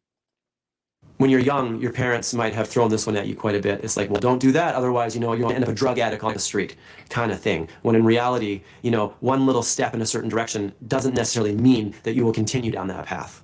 Okay, Stephen Baldwin, hi. You're against legalizing marijuana. Why? Obviously, Joy, there's a lot of common sense that needs to be included in this conversation. It's a very simple reality. Marijuana leads to doing worse things. That's just a fact. I don't care what anybody says, what the debate is. When you smoke marijuana at a young age, it'll usually lead to alcohol abuse and harder drugs. So right there, that's one reason why it should not be legalized. The circular. So that, sorry, Mom Cam, but that is, a slippery slope fallacy, not just the slippery slope, because of the small, the small step of smoking weed, the exaggerated, or the chain reaction, and the exaggerated landing point that you're going to do harder drugs and you're going to kill it. That's what is the difference between the cause and effect and a slippery slope fallacy. Oh, sorry. About halfway through this one, then we'll get back to more real life examples that aren't handpicked for this stuff, and we'll see if you can point them out. Argument fallacy. This one is when somebody's argument starts with what they're trying to prove in the end. Sort of like the Bible is true because it says it's true, or something. Or a woman is anybody who calls himself a woman. Like, what is a woman? Anybody who calls himself a woman calls himself a what? That's circular logic or a circular argument. Like, you must obey the law because it is illegal to break the law. Essentially, the start and the end of the argument are the same thing, and it's like this endless circle of reasoning. Hey, we got Luke Hazley, the smooth cat in the building. Happy Sunday, stopping by to say hello. She says, hello, glad to have you. Escape the loop. So for you, why do you put your faith in believing that one, Bud? Well, let's just start off with the fact that the Bible is true.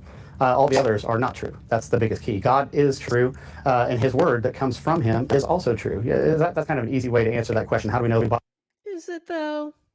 Bible's true by virtue of it coming from God, who is the truth. The alphabet soup fallacy. So again, I'm actually glad that this guy's not really explaining much. Gives me more to do. So I think it was pretty clear in that example how that's circular logic, that like, oh, this is true because it says it's true. And it's weird. It's weird how when we get to dogmatic thinking, we were going to get here. We go to dogmatic thinking, whether it's religious like we just saw, or it's ideologically dogmatic in a political sense, like listening to Dr. Fauci or CNN in general, then it's true because the people who said it's true. Okay, well, anything else? Or are you just blindly listening to people who tell you stuff? Oh, you are just blindly listening to people who tell you stuff. All right. So obviously you want to have, and again, if you think about these things in the syllogistic manner, that you have your premises that lead to your conclusion, then if you write that out, premise 1 is God, the Bible says that the Bible is true. Premise 2 is that God wrote the Bible or inspired the Bible. Therefore, the Bible is true. You have to go through and see, does that actually hold up? If you were to change, from Bible and God, and it has to all work because of that mathematical formula that I was talking about before. That's why philosophy is so closely related to mathematics, because we just turn language into an equation. And again, when you start to be able to do that on the fly, then it's very easy to point out other people's bullshit. So this one is kind of funny. So we're on the alphabet soup fallacy. It's when somebody assumes that the more big words, acronyms, abbreviations, or kind of like shop talk they use, the more knowledgeable they must be on the topic. It's sort of like you're not allowed. You see this in politics all the time. Other places too, but specifically in politics, people will just be, especially with the woke stuff. Like, the systemic injustice that going on, and like just saying buzzwords and repeating rhetoric, but not actually saying anything. Be really knowledgeable and smart about something unless you use all these big words. So you see this a lot in like academic circles. It kind of irritates me in a way, because I'm of the belief that if you really know a topic well, you should be able to explain it to a child. And if you can only explain it to other academics, then really, do you really know your stuff? So. And this is, again, to take it away from politics and religion. I have a friend who is a doctor of psychology, and I went to school for psychology. So, I have an understanding of psychological stuff. Obviously, I just got my bachelor's. But I was talking to her, and just texting back and forth, it seemed like she was speaking as if she was writing a term paper. And it's like, can you just talk to me like a normal person? And the categorization of the technical this, and it's like, just use words that when this happens, the motherfuckers be getting fucked up. Like, okay, you don't have to say it like that, but if you understand complex topics and you can break it down, then it means you truly understand it, and you don't need that alphabet soup in order to just talk about it and hope the other person doesn't know what the hell you're saying. Alphabet soup fallacy is kind of one of my personal pet peeves. What do you mean by God? Part of the conception of God that underlies the Western ethos. Oh my God. As much as I love Jordan Peterson, he is terrible at this. He does this all the time. Let me run this back. Personal pet peeves. What do you mean by God? Part of the conception of God that underlies the Western ethos is the notion that whatever God is expressed in the truthful speech that rectifies pathological hierarchies. And that isn't all it does. It also confronts the chaos of being itself and generates habitable order. That's the metaphysical proposition, and that's best conceptualized as at least one element of God. And so I he's not done. Okay, my apologies. Think about it as a transcendent reality that's only observable across the longest of time frames, the longest of iterated time frames, to your point. Does anybody know what the hell he just said? And notice how we started off talking in a religious context about how religious people are doing this, that, and the other wrong. Then we were talking about in a more political context, and we were saying these people on the left are doing this wrong. Now we've got somebody who is on the right, but also in the religious realm. Yet it's the religion that's causing the fallacies to present themselves. Dr. Peterson is way smarter than I could ever hope to be. But that shit made no sense. I would play it again. Let's play. Why not? Why not? The question was, what do you mean by God? And let's slow this down. Jordan Peterson. So regular speed. Personal pet peeves. What do you mean by God? Part of the conception of God that underlies the Western ethos. Okay, so part of the conception of God that underlies the Western ethos. So we're not talking about Eastern. We're talking about a Judeo-Christian. The concept that underlies God in Western ethos is the notion that whatever God is expressed in the truthful speech that rectifies pathological hierarchies. So the truthful speech that rectifies pathological hierarchies.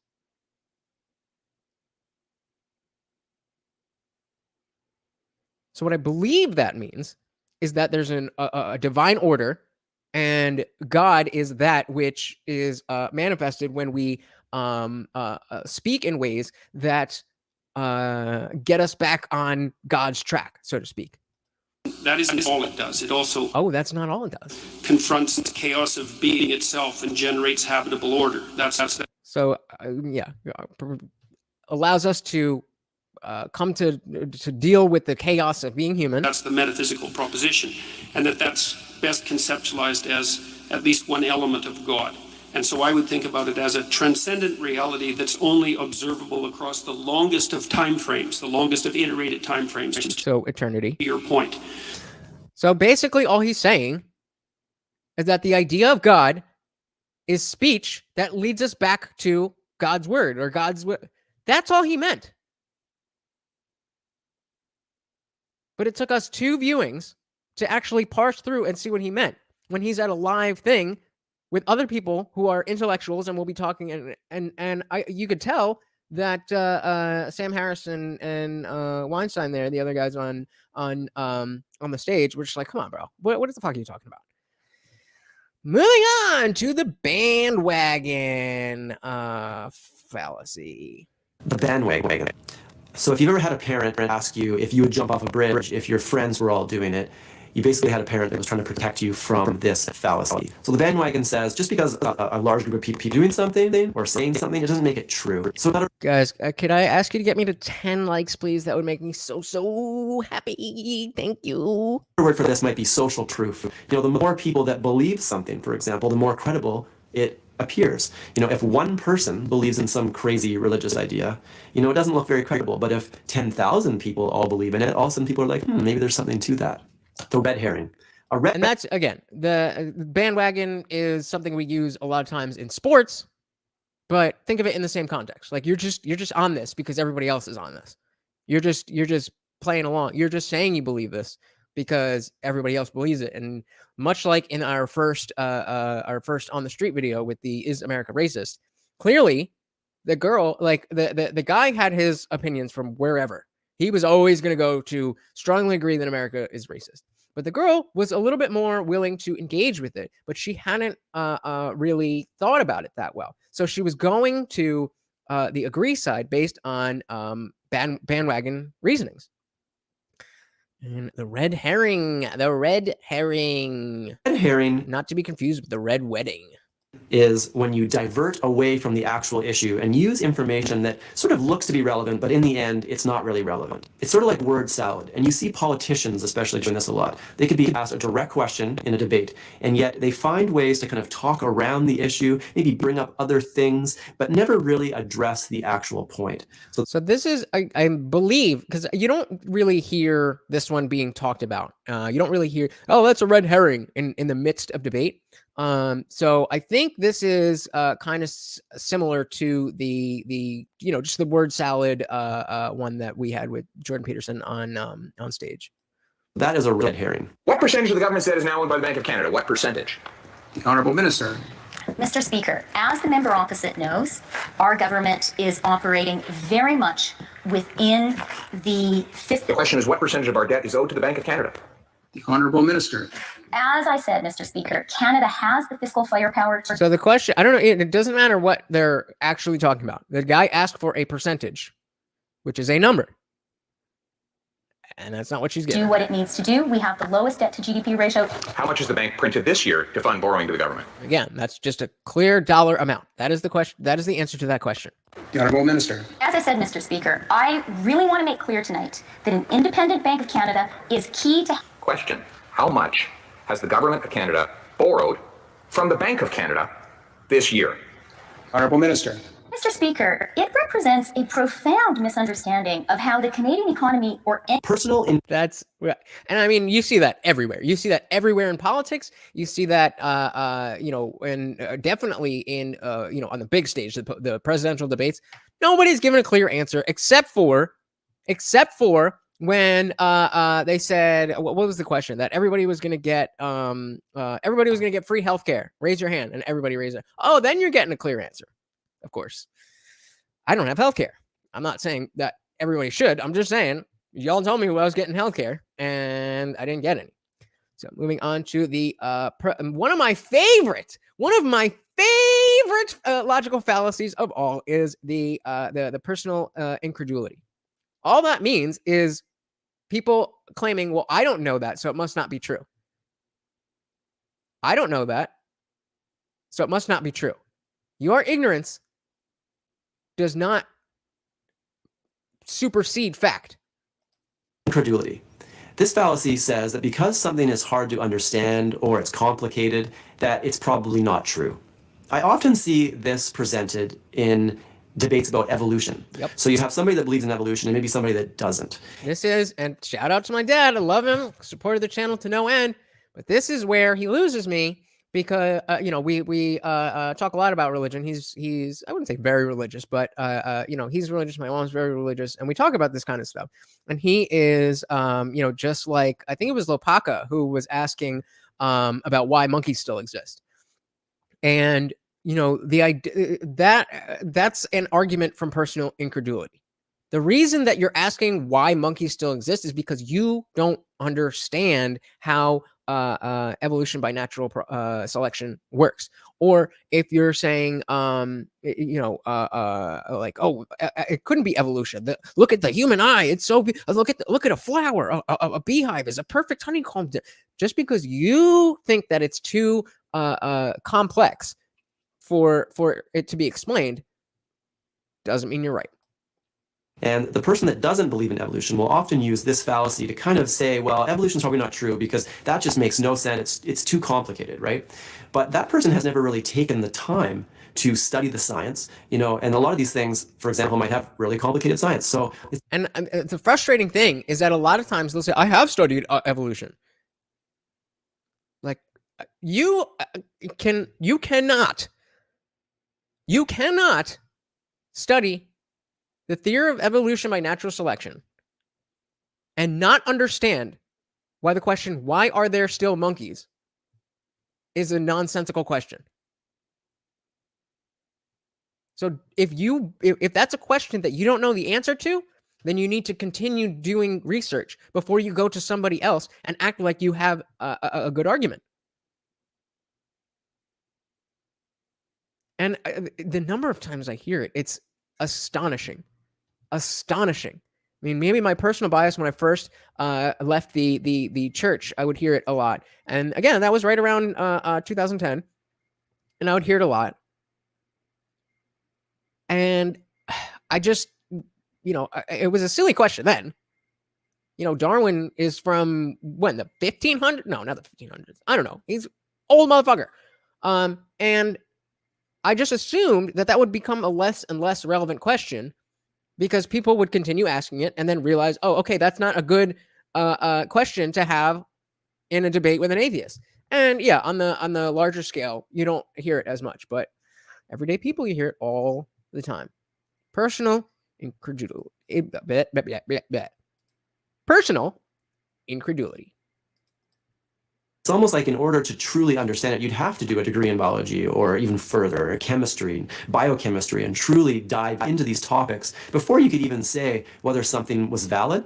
But these people choose to do no research and instead, wow, that just sounds so unlikely and complicated. I'm going to choose not to believe that, and that is false. I'll tell you why. And so this is the other side of the appeal to authority, is that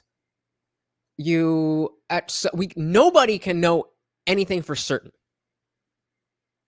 So when we talk about knowing things in just common language, when you say, I know that my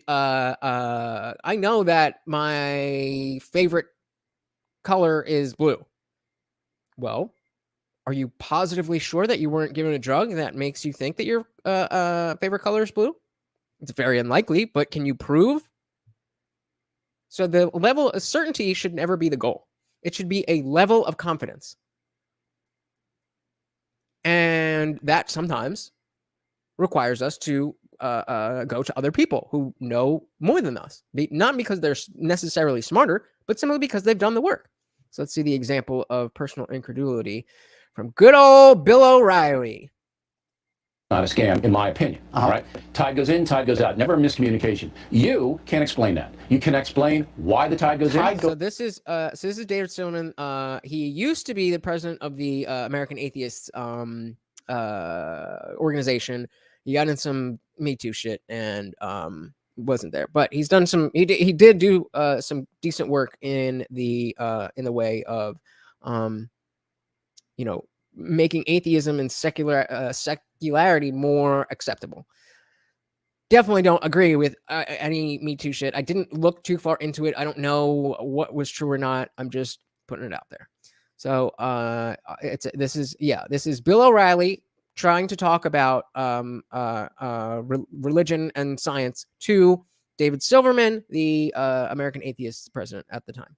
And that is false. I'll tell you why it's not a scam, in my opinion. All right. Tide goes in, tide goes out. Never a miscommunication. You can't explain that. You can explain why the tide goes in. Tide goes in, tide goes See, out. the water, the tide comes in and it goes out, Mr. Silverman. Maybe it it's always comes Thor in on top of Mount goes Olympus out. who's making the tides go in and out. But the false cause. So the reason that was a silly thing is that we do know how the tides work, and it has to do with gravity and the moon and this and that. And maybe I personally don't have the exact formula memorized,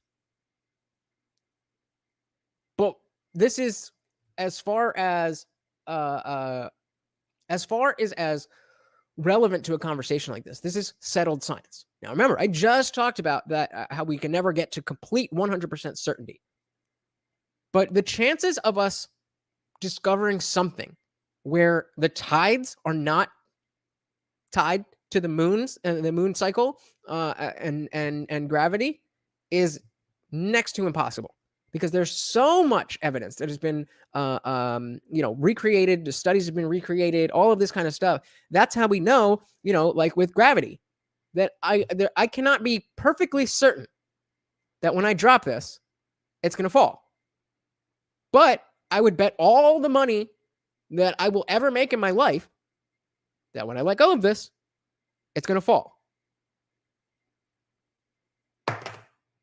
Wow. And if I didn't understand gravity, I might not be so willing to say, yeah, just take all my money if it doesn't fall. But I understand how it works. So if you didn't understand how gravity works, you're like, okay, so if this thing does this thing, then you get all the money.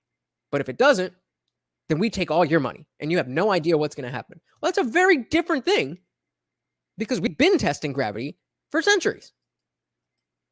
Fallacy. So false cause fallacy. This is one of my favorite fallacies, and you see it a lot in sort of health circles or alternative medicine circles. It basically says that if B occurred after A, that A caused B. So an example of this might be... So something you may have heard often is correlation does not equal causation. And this is exactly that's the sentiment that follows this fallacy, was that you saw something happen and then you saw something else happen afterwards. And so you're attributing causation there, when there could be an outside factor that caused both, or they could just be completely unrelated. Let's see what example he gives. I started to feel a little bit sick. I had a cold, so I quickly went and drank 8 glasses of water, every morning until the cold went away. And then you assume that drinking 8 glasses of water every single morning gets rid of your cold. Obviously, there's lots of extreme examples of this. People make all kinds of claims all the time. They might eat something or take something, and then something happens. And it's sort of this evidence that doesn't really prove something is true. Other things, like examples of prayer working, often have this. Well, I prayed that my cold would go away, and my cold went away, therefore prayer works. Which was my youngest daughter's diagnosed with cystic fibrosis. And so she was struggling a lot with a lot of... What do we got in the back here? We have some kind of essential oils. What else do we see here? I'm sure this is some type of tea. And different issues that were just making me just feel overwhelmed. And I was introduced to an essential oil called Breathe, and I started using it one day, putting it on her chest. A few months later, it dawned on me that she was better. This is precisely what I mean. How did I know that she was, an essential oils person? How did I know that? Because I've seen this a million times. I've seen it a million times. And everybody who subscribes to, whatever it is, any homeopathic thing, any, burning sage, whatever it is, these people always have the same logic, and it just stops. It's just, well, this happened and then that happened, so there you go. It's like, okay, well, did you do any other type of tests, or you're just kind of doing whatever, which you're free to do. I mean, if it makes you happy, do whatever you want, but don't get on me when I'm like, oh, essential oils are bullshit. Hasty generalization. So this one is the basis of a lot of prejudice, things like racism.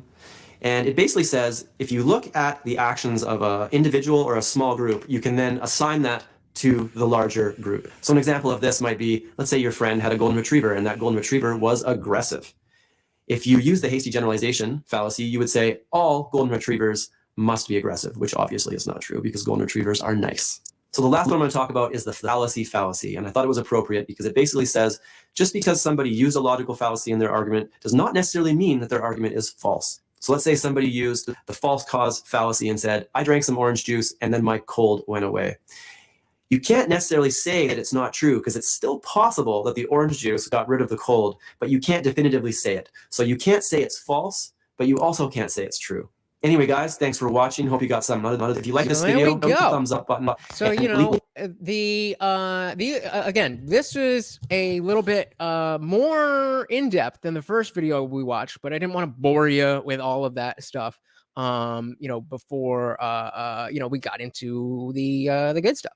So again, those are the most, and there's more fallacies than that, but you're not going to see them very often. And if you do, a lot of times they can be like, when Rebecca asked about the whataboutism, that could be technically in this category, technically in that category, and straw man fits the most, and people are most familiar with that. So that's how you use that. So again, now I want to go back into some real world shit, and I want you guys to see if you can point out fallacies.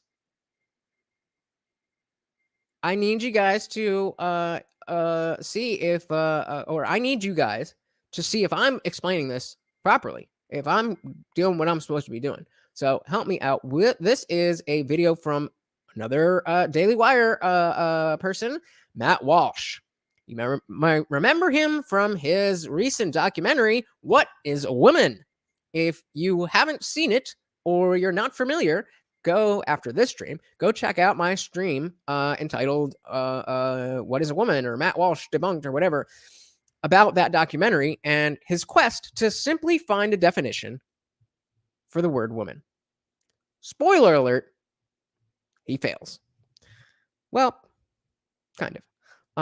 But in that video, or rather in that documentary, a big part of how that got started was this guy, Matt Walsh, was on the Dr. Phil show with some trans people just saying like, no, I don't accept this. And this is his breakdown of his own visit. So let's see. And I'm going to, let's do this. I will cash app $1 to every correct fallacy that you point out. So if we're only 2 hours in. You don't know how long we're going. This could be a come up. $1 for every correct fallacy that's pointed out. Let's do it. Comment. Phil here yesterday afternoon. It was my first time appearing on television outside Fox News, and also my first time meeting with psychologist. Someone said psychologist.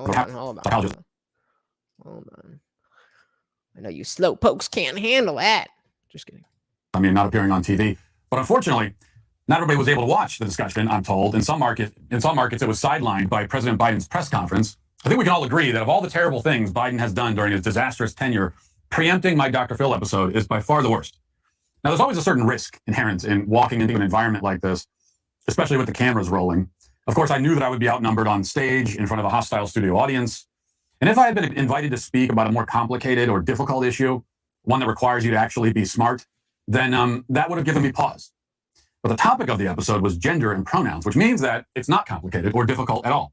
My position, the correct position, is extremely simple, sensible, obvious. Come on, guys. We can't get to 10 likes. I know we can get to 10 likes. Come on. The only mistake that somebody on my side of the issue can make, and very often people do make this mistake, in a debate of this kind is to make the subject seem more complicated than it is, getting lost in the rhetorical weeds and losing sight of the main point. That's where the other side lives. They're out there in the weeds where things are muddy and muddled. They like it out there. They want to obscure the main point, mystifying what is actually quite simple. As long as you refuse to be baited into that trap and you stay on message, on the firm ground of truth and science and common sense, you can have this conversation anywhere, with anybody, on any platform, in front of any audience, and you will walk away the winner every time. Exactly.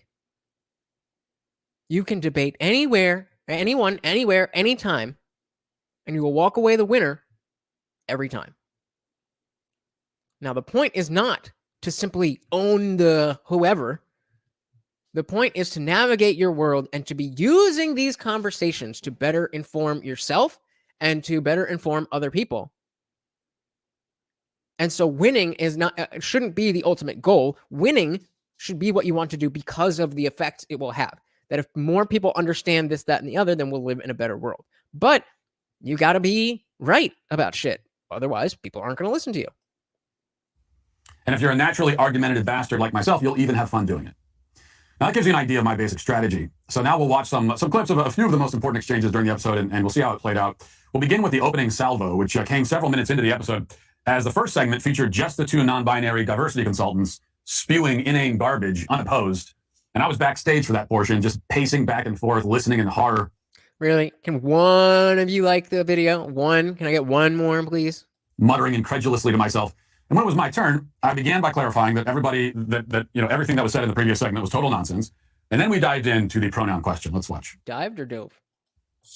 There should be no construct of gender, just sex. You're either male or female. Right. And someone feeling in a mental, emotional way that they don't identify with the sex that they have been biologically created as and assigned at birth based on their genitalia, if they don't feel that way, that there's no construct that describes that, experiences that. Well, that's got nothing to do with it. So I just want to, so Jihad's still here. Thank you, brother. Got me that like. I appreciate you. So this, actual Dr. Phil episode, I don't know exactly when it's from. Let's see if maybe this will give me a date. Well, Joe. Okay, so I think it's from this January, because this is from this January, and I'm pretty sure he said that he did it a few days after. Reality, so you can feel however you want. Okay. Construct that describes that, experiences that. Well, that's got nothing to do with the reality. So you can feel however you want. I mean, I could sit here and say that I feel like a tomato plant, but that doesn't mean I'm actually in those things. So your self-perception, you can have whatever self-perception you want, but you can't expect me to take part in that self-perception or to take part in this kind of charade, this theatrical production. You don't get your own pronouns, just like you don't get your own prepositions or your own adjectives. You know, it's like if I were to tell you, my adjectives are handsome and brilliant. And no matter whatever you're talking about me, you have to describe me as handsome and brilliant because that's how I identify. It makes no sense. You don't get your own pronouns. That's grammar. That's language. So you think it's a delusion? Someone is self-delusional? Yeah, I think it's delusion. It could be mental illness. It could be it's a lot of different. With children, wow. There's also just a basic confusion that all kids have. Like that's why when you hear a parent say, "Oh, my 4-year-old son came to me and said that I'm a girl now, and so that's what I'm gonna raise him as a girl." No, you're a 4-year-old. I have 4 kids. When a boy comes to you and says, "Oh, I'm a girl," here's a good follow-up question. What is a girl? Ask him what he means by that. What do you mean by girl? And when you ask him that, here's what he'll tell you. He will tell you what he really means is that he wants to do some of the things that girls do, like play with the dollhouse, or he likes the color pink. That's fine, play with the dollhouse, but you're still a boy. I hope you'll respect my preferred adjectives. Of course, the only problem with my adjective comparison is that unlike pronouns, adjectives are in fact subjective. But my point was that the adjectives I use to describe myself are products of my self-perception. I cannot demand that others perceive me the way that I perceive myself. My self-perception is not a joint project shared by me and the rest of human society. For adjectives, it's up to each individual to decide which ones they want to use to describe me. And in my case, a great many people use adjectives to describe me that I find quite disagreeable. I might feel insulted by some of those adjectives. I might lock myself in the bathroom and weep uncontrollably for hours because of them, every day. But I cannot say that I'm being erased or delegitimized because other people refuse to see me the way that I see myself. And in fact, if their competing perception causes some sort of existential crisis for me, it only proves that I'm not so sure of my own self-perception, and therefore I'm in no position to criticize anybody else's perception of me. That's a great point. And just as a little aside about all of this gender bender stuff, the one thing that I've never been able to get an answer about is that if we are to be more accepting and we want to encourage the breaking down of gender roles, meaning it's okay for boys to play with dolls and it's okay for girls to want to play with trucks or do sports or get dirty or whatever. Taking that to its logical conclusion, there is absolutely zero need for transgenderism. Because whatever it is that you, like you just said, what is it that you, when they say, I feel like a girl, then you can enact all of that. You can wear dresses. You can get surgery. You can do all of that stuff. But why do you need to? What is it that you are unhappy about? If, as a society, we are now accepting of feminine boys and masculine girls, and it's just on a spectrum, and it's just whatever you are, you are. What happened to being happy in your own skin, beautiful as you are? But no, I have to mutilate my body, and worse, I need to mutilate my child's body. I don't know. Sorry, I know that was a little rant, but it's just crazy to me. And so, if anybody can answer, why can't we just accept ourselves as we are? Why does this have to be an issue of changing genders? As for pronouns, there is no subjectivity at all. It's not up to any individual, including myself, to decide which ones ought to be used. That question is settled by biological reality. The point of the pronoun is to describe that reality. Just as the point of a verb like running, unless it's used metaphorically, is to convey reality. If I say that somebody is running when they're really sitting, I've conveyed an untruth, whether because I'm confused or a liar or both. And if I call a man a she, I have also expressed an untruth, whether because I'm confused or a liar or both, or perhaps because I'm afraid of getting yelled at if I tell the truth. So we should add a coward. I thought we were going to see a little bit more of the actual footage. Yeah, okay.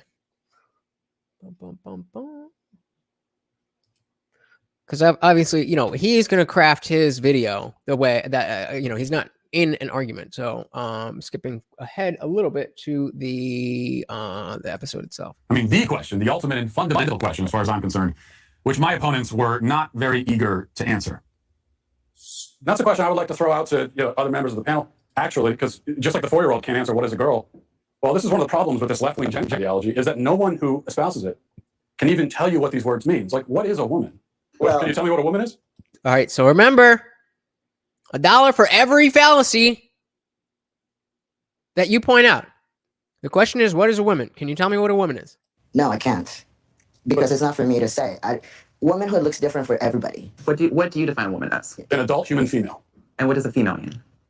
How do you define someone with female reproductive organs? Okay. Someone who's, here's the thing: when you're female, it goes right down to your bones, your DNA. So that's why if somen dies, and that's something again that I feel obligated to mention, that it's not just about your your outward appearance.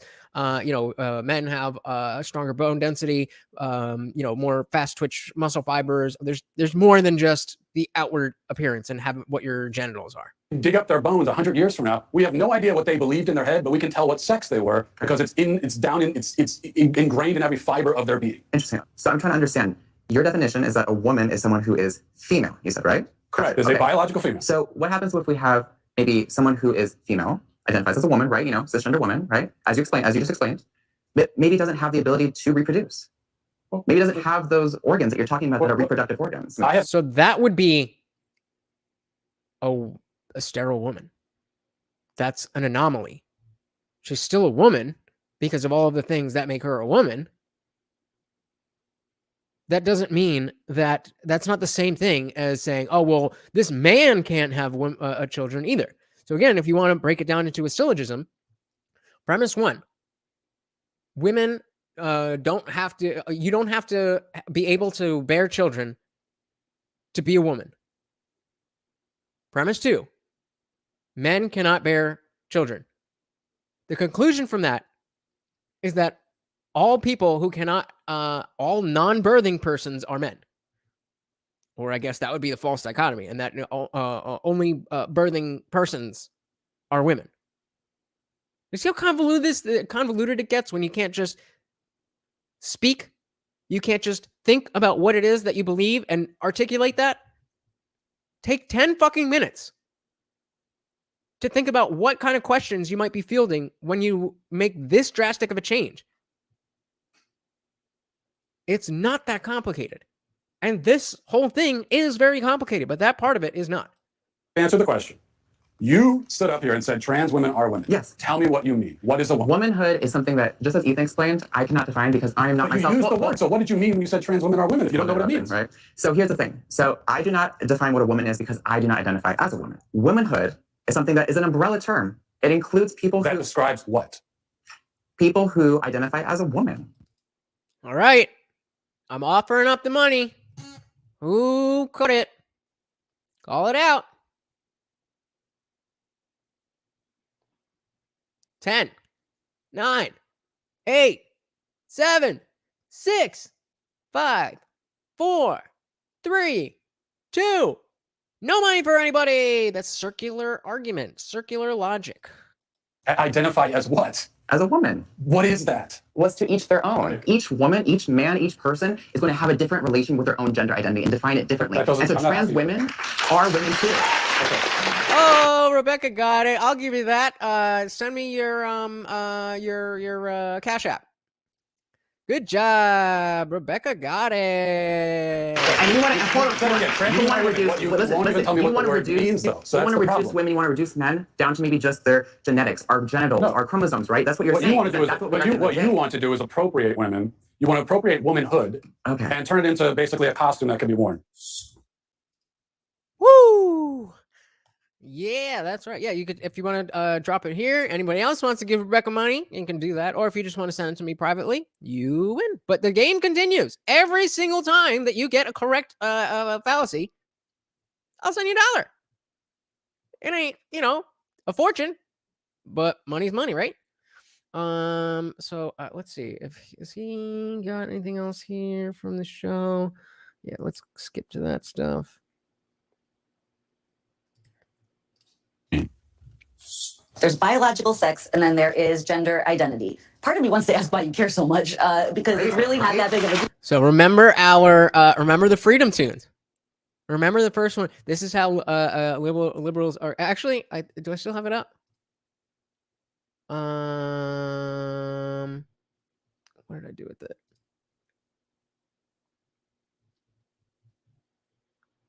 I just want to watch it again because it's only 30 seconds. Did I really not put it on here? And never mind. All right, whatever. But the whole idea is that that's exactly what that's exactly what we're seeing. Look at Rebecca. She doesn't want the money. She's being nice. So whoever claims it, you got that $1. Look at that, Rebecca. You should definitely join the Discord if you're enjoying this. The party always continues. The party is always going on Discord. And that link is in the description. I think you would enjoy it. But yeah, let's look for some more fallacies. Can I answer that? I'd love to answer that question. I care about the truth. So basic truth matters. I want to live in a society where people care about the truth and we're grounded in truth. I care about children, and these insane ideas about gender are being foisted on kids, and that bothers me quite a bit. I care about the women who are having their opportunities stolen from them. I care quite a bit. Yeah. Now, another point I didn't have the chance to make there is that she wants me to care. She says, "Why do you care?" Well, I could have said because you want me to. That would have been a good answer too. But so hold on. I thought that there would be a little bit more of the actual footage there. But of course we saw that in the stream about what is a woman. So let's go back to doing some more street type things and normal people in normal circumstances, but this time it's already in a in a protest in a political realm. It's already in a political context. So again, with the first video, we were like, okay, maybe you don't have these stats off the top of your head. It seemed like the kind of thing where somebody just walked up and said, hey, would you mind answering a couple questions? That is a different scenario than you drawing up a sign, driving to Washington, D.C., and standing with a crowd of people and yelling this, that, and the other. It's just a different thing. So we've got a channel I really didn't love at first, just because this guy seems to, he kind of just plays videos and then will give some very basic commentary sometimes, and that kind of pissed me off. I was like, oh, is that all I got to do to get how many does he have? Get 400,000 subscribers? Is just play videos and not even say anything? But he's good. He picks good videos, and he's got a good, humble approach to these things. And just like I am, he's very open about the fact that we're looking to learn. So let's see what we can learn. You seem to know more than these gentlemen about you. It's fun by the White House, ma'am. By Obama, George Soros. What about the people who were marching for black? All lives matter. Number one, all lives matter. Okay? God made us all. God made us all. All lives matter. So if you want to separate yourself and put yourself on a platform about black life, but what about that yellow man? What about that orange person? What about that purple person? What about them? My man said, man, what about that white person, that yellow person, that orange person, that purple person? The purple person, I wish they would have showed the purple person, man, because that's that purple must be dark black. When you're so dark, you look purple. I think I have a couple of thumbnails up here where I have the lights dimmed to just a little bit too much, and I think I look purple. But this dude's rapping for everybody, so hey, I ain't mad at you, bro. I ain't mad at you at all, man. Keep doing your thing. The claim of the Black Lives Matter is that African Americans are sort of kind of targeted. They get more killed. Hold on a second. This is what happens in black neighborhoods. It's black on black. It's black on black what kills these young youth in their neighborhoods. The Democratic Party has owned the black neighborhoods for over 60, 70 years. Preach. Look at and they give you a black president who's a Muslim. He supports radical Islam. Okay. Obama was not a Muslim. But other than that, speaking facts. The White House, they the ones who created ISIS. Look at them. Okay. They did create Obama's White House, or I don't know exactly the timeline, but the American government absolutely created ISIS. That is not a lie. Okay. When I check out these videos, and this is important to me, when I check out these videos, I'm checking them out not so that... Do you guys want me to skip his commentary, or are you interested in his commentary as well? Let me know. The right is right, or the left is right. At the end of the day, I want truth. I want truth. So anybody that's out there saying anything that's not true, dude, I'm done with it. I want you to say things that are absolutely the truth. What you said about Black Lives Matter and everybody mattering, the black and the orange and the yellow and the white. You got it, boo. And everybody matter. Yeah, I'm with that 1,000% because we are all God's children. Can we say that? We're all God's children. All right. So a perfect place. Thank you, Rebecca, for telling me to keep it, because this is such a perfect wording. He said, we're all God's children. I don't believe that God exists.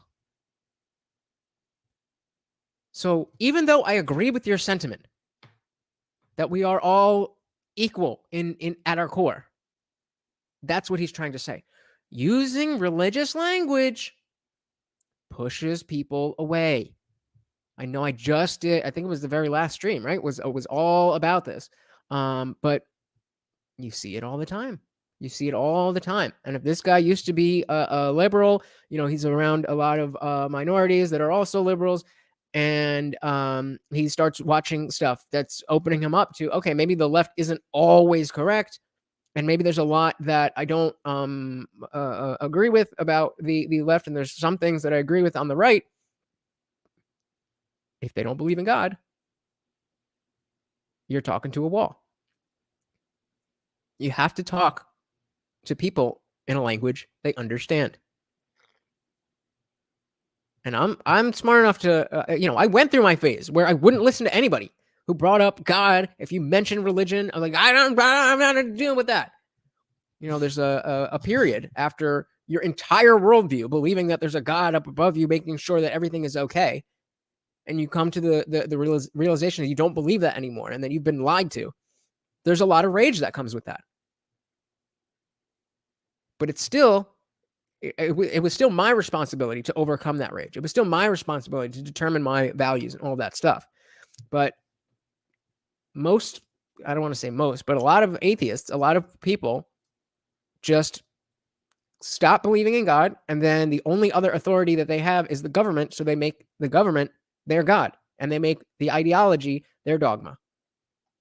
Right? Now you have the opportunity to school these people. Clearly, you're in a position where everybody want to interview you. I don't know why everybody's interviewing you and got their phones and everything on you, but if you're in this position, then you need to handle it responsibly. All right? Policies.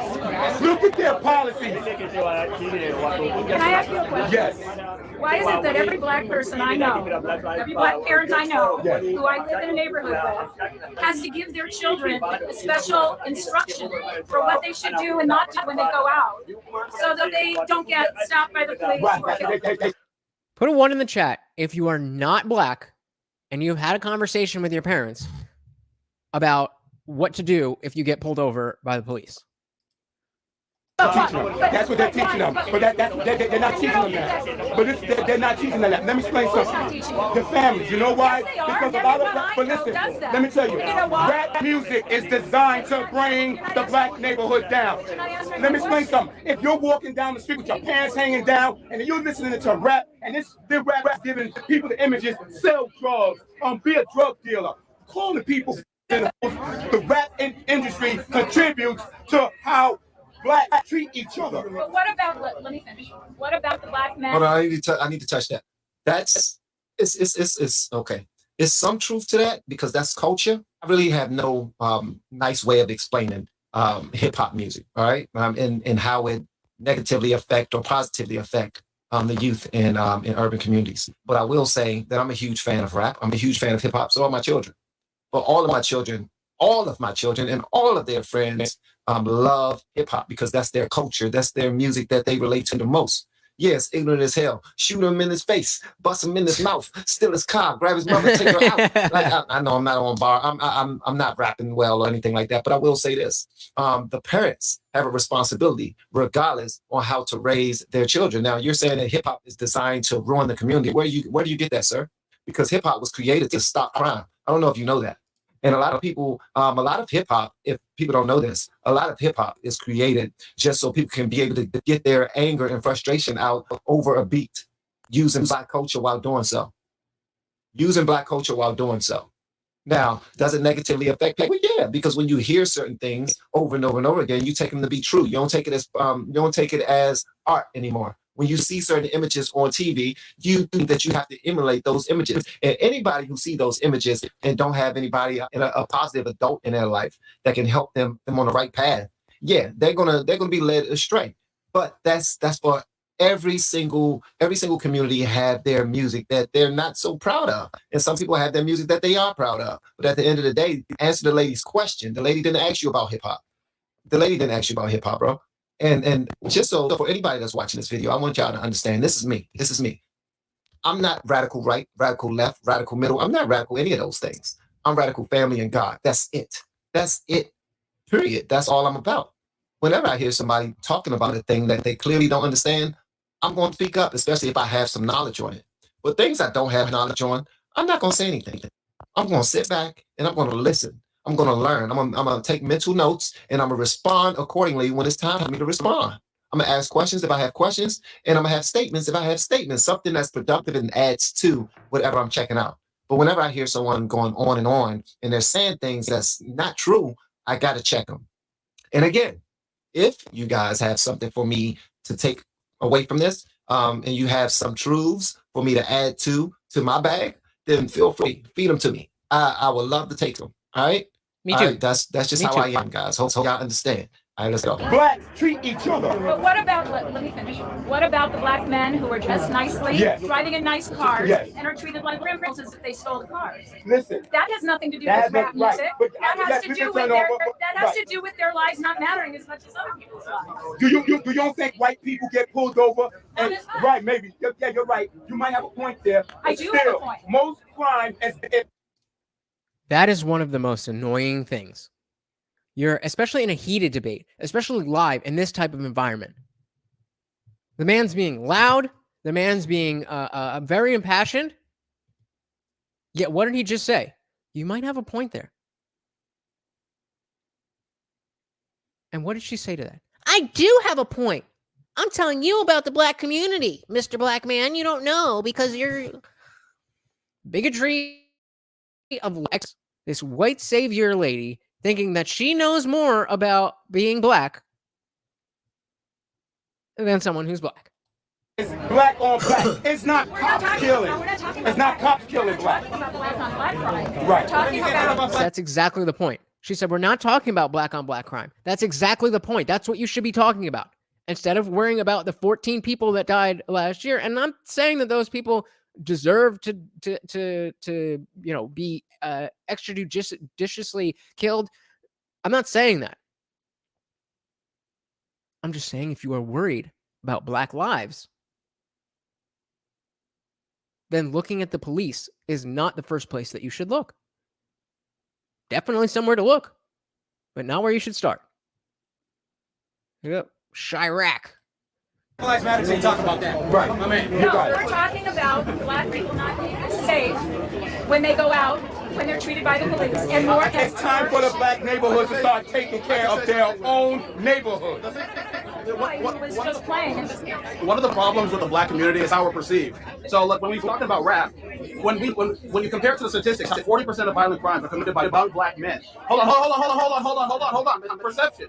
It is a perception. When we talk about, when you go on internet and we talk about selling drugs, pimping women, arm trafficking, fraud, all these things, and people who don't live in black neighborhoods, people who don't live in black neighborhoods, gentry neighborhoods, all they see is what they know online. And it's a perception. And when we hear police officers, 40% of the police officers who were killed in the line of duty were killed by young black men. It is only reasonable sometimes, not saying this is bad. Sometimes it is reasonable for a police officer to handle black men with a little bit more caution than it is for a 5'2" Chinese man, for instance. Because statistically they're not committing violent crimes. Statistically, they're not killing cops. Now, for instance, I will say that is, I'm looking for fallacies too. I'm not seeing any, other than her trying to move the goalpost. These guys are on point.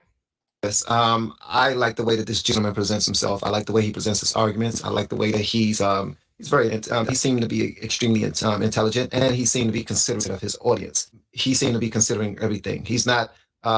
He seemed to be listening, and he seemed to have an understanding of both sides. And what he says makes absolute truth. If all the nation here from a certain genre of music is anger, frustration, disrespect. And the police actually have to work in these areas, and they're getting confirmation that, hey, some of this stuff is not only music, it's actually real life. I face these dangers on a day-to-day basis, so I get it when somebody approach certain people with caution in certain areas. You know what? I can't say anything about that. Bro, you're absolutely true. I mean, you're absolutely correct. So everything that he said so far, I have no issues with. All right, let's go. okay, so if a police officer pull over an Arab in Manhattan, right? Let me just put one. Okay, sure. Go ahead. Most of the mass shootings in this country, when was the last one that was done by a black person? I'm talking mass. So, who here knows the difference between a mass pew-pewing and a mass murder? The difference is in how many people die. I'm pretty sure the number is 4. If a mass shooting is 4 people shot and nobody dying, or at least not those all four dying. I'm not sure which, but the not dying is part of it. So when you talk about mass murder, and it's on that same number, I'm pretty sure it's 4. It might be 3. Pretty sure it's 4. Then every day you have mass murders by black people. Every day. Often multiple times a day. Mass shootings are not just the ones you see on the news. So again, a very ignorant question. Personal incredulity. You don't know that so many people are being killed by on a small level that you don't see on the news, white, black, and otherwise. But when's the last time a black person committed a mass shooting? Probably since this stream has started. Statistically, that's what it is. I don't know. I don't know how else to say it. I'm talking about mass shootings of innocent. I'm not talking about the police. All right, white lady, liberal lady, I will say this. You need to have some responsibility in this conversation. If they're not responding to you in kind and they're not answering your questions, please make sure that you lead by example when you answer their questions. Or you respond to something that he said. You're not responding to anything that he just now said. He just now said a whole lot, and you're pointing out other. Okay, the issue here in this video right now, and I will say this, hopefully you all don't feel bad about this. If you do, that's cool too. It seems like everybody's listening to respond and not listening to understand. So this is the only thing that's wrong with street debates, because people don't understand how a conversation is supposed to go. And that's what I was going to say, is that's what you're going to find in any conversation where this is the context, where you've got a bunch of people, everybody's already charged up about their thing. It's not like these people plan to come together and have a meeting of the minds. That's just the nature of how these things are. You're heightened, there's people around you, you're around other people, you have the strength of the mob, and so things can get very heated very quickly. I don't necessarily put that on anybody there, but definitely something worth pointing out. The second gentleman that started to communicate, I like the way he presents himself, and I want to see if he respond directly to what she's saying, or he respond with the opposite view, because then that will show me this day here is just them trying to volley for position and see who wins at this game of mental chess. And that's something that none of us should really have any time for, because it's not productive at all. I'm not saying that was a good thing. So if we have all these mass shootings of people with guns killing children and killing innocent people, why aren't we more suspicious of white folks carrying around guns? Well, I mean, white people. White people. The thing is, when we're talking about black crime and white crime, we're talking about proportionality, right? No. So here's the thing, right? So I think it was about 5,000 or 3,000. 5,000. Are you talking about police killings or just white? You gotta wait more. I'm not talking about race. I'm talking about people responsible for mass shooting. Okay, young lady, he's telling you that he pretty much already told Go on, you got it, bro. Told you that a great majority of the crime and killings and violent crimes was happening from people in urban communities. You need to respond to that, because you're trying to jump on that whole mass shooting thing, and the mass shootings is nowhere near as bad as what's happening in the black community right now. Like in DC alone, in Washington, DC alone, up till today, there's been, I believe, 99, and that was last recorded, and I'm sure it's higher than that right now, 98 homicides. 98 homicides as of today. And this is June 21st, 2020. Just so y'all can date this video if you're looking at this at a later time. So we're at the middle of the year. There's already been 98. So this is in June of 2020. In June of 2020, we were about to embark on the biggest large-scale rioting that the country has seen in modern history. So maybe that's why it seems a little bit out of place and dated, because this was before the summer of love. Times they are a-changin'. Sides. Okay, in Washington, D.C. alone, you can't tell me 1, 2, or 3 mass shootings where it equaled that much. So focus on the bigger issue. Now, right now, the bigger issue is these urban communities doing the BS that they're doing. And the organization called Black Lives Matter trying to use these killings and use these black people as a way to get more money to fund their own pockets, because they're really not helping the community with that. Just using them as pawns. That money that they give, because all the people that fund it, well, white people are funding it from all over the world, but black people are funding them as well. Black people are sending their support. Black people are fighting for them. Black people are arguing about them. Black people are getting in fights with people about anybody that says all lives matter. A fight will pop off real quick in an urban community. I'm telling you that right now. If you go to an urban community right now and you say, and you're around a bunch of black people in that community, and you say all lives matter, that's like calling somebody's mom a female dog. So that's an issue right now. Yep. When that organization don't care about the people who are willing to fight and put their lives on the line for them. Whereas they started out as a cause that seemed to be noble at first, because there has been some crooked, dumbass cops that did some crooked, dumb stuff to some black people. But by far not enough for Black Lives Matter to be going around and, oh, say their name, remember this name. Well, they're not remembering they're remembering the 67 people who have died by the hands of cops, but they haven't remembered the other 400 people in the course of the year in all of the major inner cities who have been dying by the hands of their own race. So that's what this gentleman is trying to tell you right now. So when he said proportionality, you need to understand that that's where he's coming from. So say, yeah, I get that. I understand that. You make a valid point, and then move on to your next point. That's I really enjoy listening to regular people have these discussions, but there is always one side that goes way outside of their lane, So again, I will repeat. I'm gonna get back to this video. I'm not gonna keep on stopping. But this second gentleman is a good representation of what I am becoming to understand more and appreciate more. And it's actually a different way of thinking from what I was thinking before I started down this journey. All right. So let's go back to this. I'm not talking about race. I'm talking about people responsible for mass shootings in this country.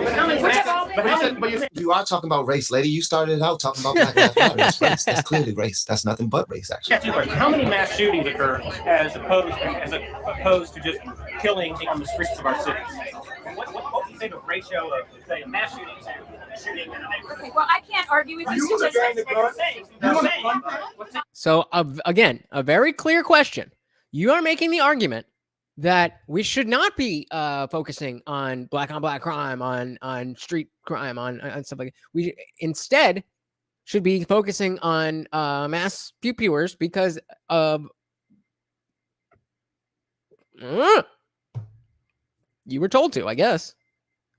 The point that this MAGA gentleman is making is the one that myself and the host of the channel here have been making ourselves, that this is not, mass shootings are not where the a large proportion of crime or Black death come from. It's just not. And if you did any bit of research, you would know that. And so when he comes in, MAGA guy comes in to ask this question, she said, I'm not having that conversation. Well, that's not a logical fallacy. That's just dodging the question. You're saying you're wanting to focus on these mass shootings and they're not being committed by Black people, but you want to ignore everything, all of that. That's true. You made a good point, bro. Cuz made a good point. My man made a good point. It's more important. I just want a Black person walking down the street to be treated the same way as a white person walking down the street. They are, though. They are. They really are. At the end of the day, though, man, there are some injustices. We already know that. And we already know that a bunch of these people who have positions of power want to hold on to their power, and they're not acting responsibly with their power. So yeah, there's a fight still to be had.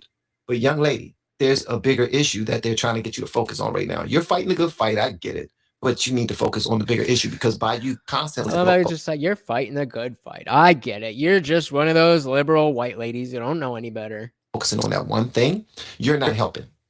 You're so stuck on this one issue that you're allowing, you don't care. It's almost like you don't even care. See, that's the problem right there, man. I'm gonna shut up, I promise. She's so focused on that one issue that it's almost coming off like she don't care about the rest of this stuff. Boom. She don't care. Let me tell you something, young white lady, liberal lady. I feel more safe walking through a white community by myself and never have been to that white community than I do walking through a random inner city neighborhood. That's just me.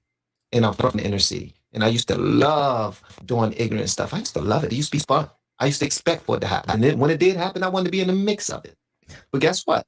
When we had the Mochella event in Washington, D.C. this weekend. See, because me and my family, we went to the Something in the Water festival. It was 3 days with a whole bunch of artists. A great deal of them were hip hop artists. And this goes to the other guy that was speaking. A great deal of the artists that were there were hip hop artists. Pharrell Williams brought everybody out there. And that thing went 3 days in the middle of Washington, D.C. It was stone packed, and there wasn't a fight. There wasn't an arrest, none of that. It was alcohol on the premises. They was talking about the same thing. Kill them, they hating. I said, kill them, they hating. I got on jewelry. They was talking about all that other stuff. I got on ice and did again. They were talking about all that stuff that you would say. The first black dude that was talking about stuff that he would say will rile people up and get them to want to commit some crime. It doesn't work that way. But then we had something called Mochella.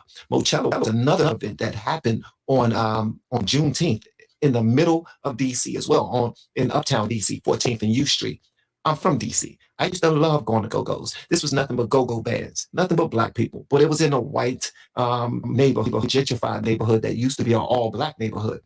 Follow me here. So this one day, go-go bands playing. It's called Mochella. It was put together for a good cause. But guess what happened? 4 people ended up being shot. One person ended up being killed. And one of the people that got shot was a police officer. Oof. And it wasn't no white people there. Well, it was probably a sprinkle of white people there. All right. So I need for people to have some context with their arguments, because there's so much that people out here jawing. And he's not, of course, I would assume he's not saying that black people are inherently more dangerous.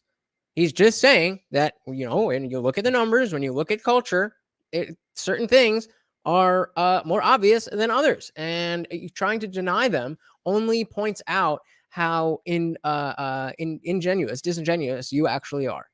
Talking and just debating, and they're getting their information from the media. They're not getting it from the actual people that's out there in the streets that's going through it. Now, this white lady is there because she thinks she has somewhat of a black past, because her black neighbors in their suburban neighborhood tell her stories about how they need to sit down and talk to their children about when they get pulled over by the police. I had the same conversations with my children as well. But guess what? I raised my kids a certain type of way, and I expect for them to act a certain type of way if they were to be pulled over by the police. And I hope and I pray that they get back home to me every single day, unscathed, and by the police, by other people. I don't care who bring danger their way. I want them to be okay, period. And guess what? The likelihood of someone that look like them versus someone that's dressed in blue causing harm to them, I don't even want to say who it is. All right. So this, you don't know as much as you think you know. And that's the problem with not dealing with reality and just trying to, remember before I was talking about this is how you will win arguments, but you should be trying to win arguments because of the implications of what happens if you win that argument, debate, discussion, whatever, is to educate people and to have a better world, not just to be right. American, you seem to know a lot more than these gentlemen about being black. That's what just now saying, lady. That's what I was just saying. I live in a community with black and African American You have friends. black friends? I do too. Okay, but are you going to say that black people are black? Absolutely. Depending on where you live. It depends on where you live. They're all just like, lady, you're wrong. Take the L. So you're going to tell me that women don't hold their purses closer, or you don't lock your door when you're going through a black neighborhood? Do you do that? Maybe you do. Sounds like projection to me. I get it. Who was it? I think it was Kimberly Crenshaw. Robin DiAngelo. Robin DiAngelo wrote whatever her big book was. I forget exactly what it's called, but it's some CRT, black people are oppressed, white people are superior thing.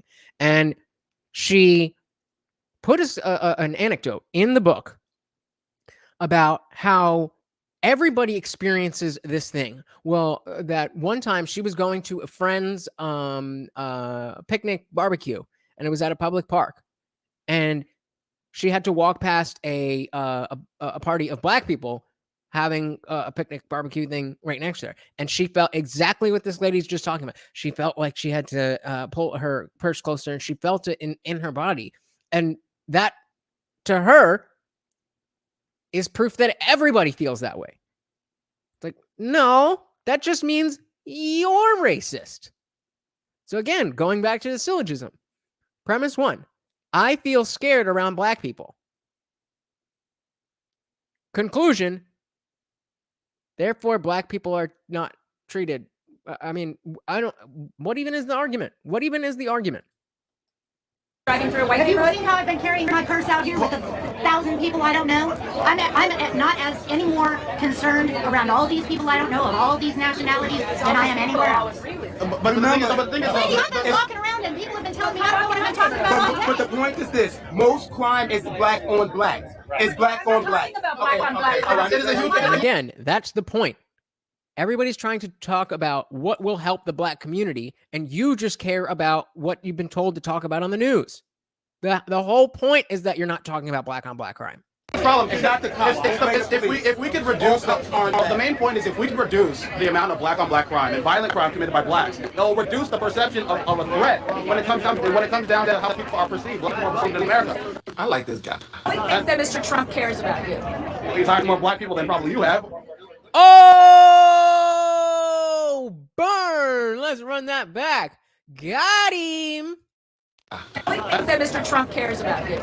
He's hired more black people than probably you have. Woo! Hired more Latinos, Speechless. more Muslims than anybody else has.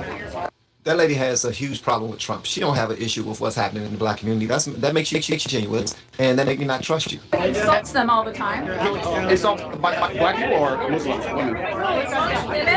He's just he insults anybody who doesn't agree with him. Obama's killed more Muslims than Donald Trump has. We can't have a rational conversation. You know what? Obama has killed more Muslims than Donald Trump has. Yeah, that's true. That's true. He actually did. He actually did. And I honestly don't know why this lady is getting upset. She's the one. She don't understand that she's not communicating properly in this right here. Extrajudicially gets killed more Muslims.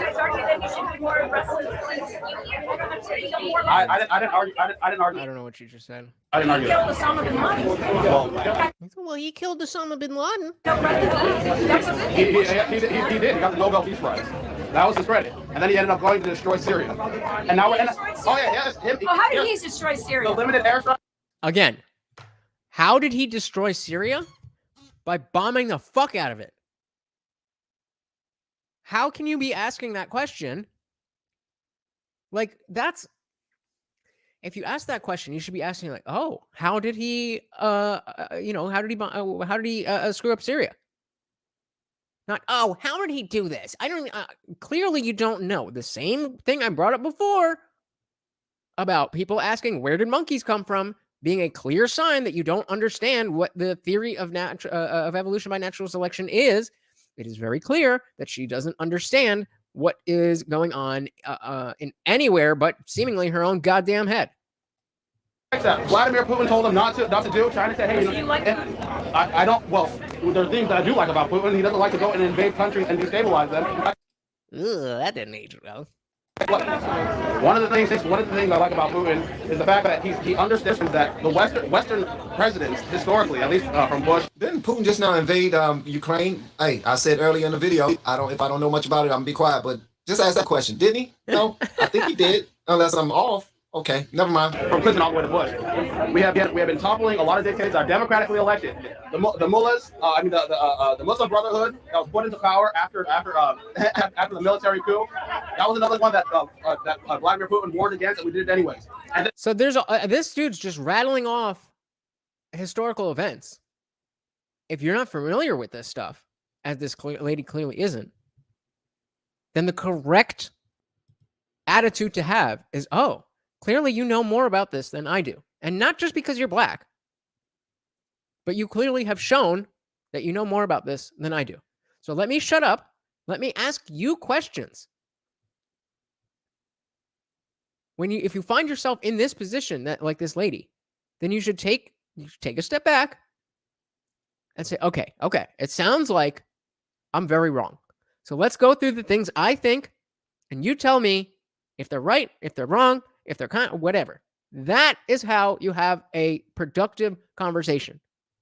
Just digging your heels in does nothing except give me content to show you guys. And now this whole invade and invite series. Because I don't want to listen to this anymore. Okay, I'm just going to say, let me just tell you, I will be really glad when you guys are all done and you leave, and Ohio can go ahead and vote against Trump because he's going to lose here. Nobody wins the presidency without winning Ohio. What didn't Trump win Ohio? I believe he won Ohio. I don't know that. Does anybody know if he won Ohio in 2020?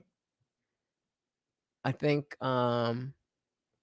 yeah, that's from the 2020. I think he won Ohio. I don't remember, but that lady certainly is not going to be happy if that was the case. That didn't age well at all. Okay. He will lose here. All right. Take it easy. Hug a black guy for me. Hug a black guy for me. Sure, of course. You take hugs? What was the point of that comment? I just said hug a black guy for me. Why? What were you trying to communicate? Because it seems like you have this warped perception of how black people are treated. I know what I hear from the people I know who are black. And I'll tell you I live in a what. neighborhood that's 70% black, and this is what I hear from And my friends. I did too. What do your friends say? Okay, so I lived in East Side San Jose, which is predominantly black and Mexican. And one of the worst things that happened in East Side San Jose was the police officers, if you know Mayor Licata, the police officers stopped patrolling the neighborhood in which I lived in. You didn't answer my question. I asked you specifically. Oh my God, this lady's insufferable. She already said, I don't want to talk about this anymore, and walked away. Then it was like, oh, go hug a black person for me. And it went over her head. And so she's like, oh, did you want a hug? I just said, wait a minute. That was an insult, wasn't it? And now she's right back in it. With no more information than she had 30 seconds ago. I asked him specifically what you were implying when you asked me to go hug a black man. You never answered. What he was implying is that you have this Captain Save-'em type of mentality, and you're only hearing what you want to hear because you feel like it's your duty to believe every single thing that's allegedly being said to you. And more than that, it's not just that you think you have to do all of that, but it's that you think you have to do all of that because black people can't do it for themselves. That's what you think, and that's why you're digging in. That's why you're arguing to black men about the black experience, because you think, oh, they're just, lowly black people. They don't know any better. This is the bigotry of low expectations. Community that's 70% black, because when you go around there, everybody's just pulling you to say, hey, white lady, let me tell you something about us. Hey, white lady, let me tell you something about us. Hey, white lady, come here, let me tell you something about us. Hey, white lady, come here, let me tell you something about us. So she has all of the information about the black people because they keep on pulling it to the side and just saying, hey, I just keep on hearing from everybody. Everybody just come to me, tell me about all the black problems. They just got all the black problems, and I got to let them to me. Now I got to take up for them. And I'm going to tell a black dude, you don't understand blacks. Yeah, what he was saying was, stop being Captain Save-'em and try to understand what I'm saying. I am a black dude that's talking to you right now from an educated standpoint, and you don't want to hear it because I have on a Trump shirt. Yup. And that's ridiculous. So yeah, when you get around your neighborhood full of black people, do me a favor, hug a black man for me. Yeah, keep on showing love, sister. Fight power. Because were you implying I don't understand? It seems like your compassion can be translated in a different way other than speaking about black problems, which you probably have no idea. I know what I'm told. By she has no idea. Slay. You may represent, I don't represent all white people or Jewish people. You don't represent all black people. Absolutely. I'm telling you what I hear from the black community in my neighborhood, and it's very different than yours. I don't pretend to speak for the black community. You don't pretend to speak for the black community. You just do it. I don't agree with what you're saying, but it's not what I'm hearing from people I know. So you can have your opinion, but your comment to me to go hug a black person, it seemed kind of snide and a little. It was supposed to be. Welcome to the party. Jesus Christ, lady. Enjoy your day. Good job, man. Good job. I'm just gonna say this.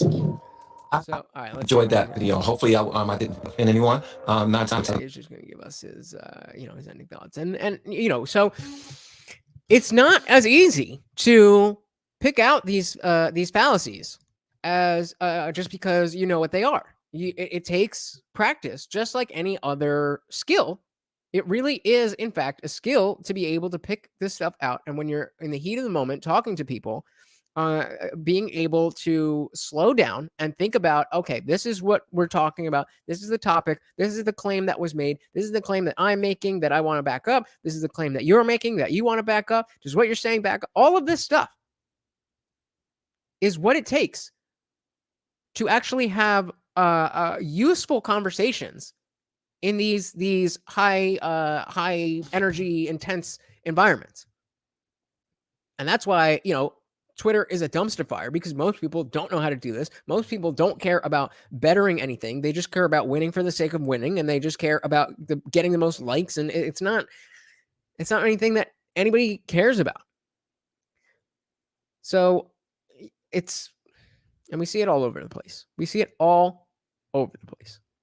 So I did say that this stream would be a little bit more loosely structured, and the logical fallacies are definitely the through line. But sometimes I just want to show you guys a video and it doesn't really fit in too many other places, and this is one of them. So this is Shoe on Head. You may or may not be familiar. She is I think she used to be a Twitch streamer. Or maybe I actually don't know that much about her, but she is a bisexual female, but she is not super woke. So let's see what she's got for us. 3 years ago, I made a video called The Creepy Female Teacher Epidemic. Hold on. I gotcha. Oh, yeah. Okay, I remember. It's one of my favorite videos I've ever made about the bizarre double standard when it went female predators. And for a little while, I thought the internet slowed down on them. Whenever an article came out about a woman preying on a boy, the comments were full of people from all different political spectrums and all across the world condemning it. I even saw some news article correctly calling it out now what it is. And I really thought we were finally moving away from this. I thought we finally moved past the creepy female predator double standard. Who knows what show this is? Like, what's the word? Parodying or whatever. Glamorous heiress, 45, charged with having sex with 14-year-old boy 4 times in one day. I regret to inform you, the journalists are at it again. So let's just get this out of the way. She's hot, okay? She's a cougar, yes. But if I had an underage son and a 45-year-old woman touched him, they would have to identify the body using a cotton swab. So let's break down this article, shall we? This godforsaken article, which by the way isn't even the worst part of this video. Wait until we get to the comments. An Australian horse heiress is saddled with charges after being accused of having sex with a 14-year-old boy 4 times in a single day. The glamorous mother— Jesus! 4 times in a day? I mean, I guess at that age,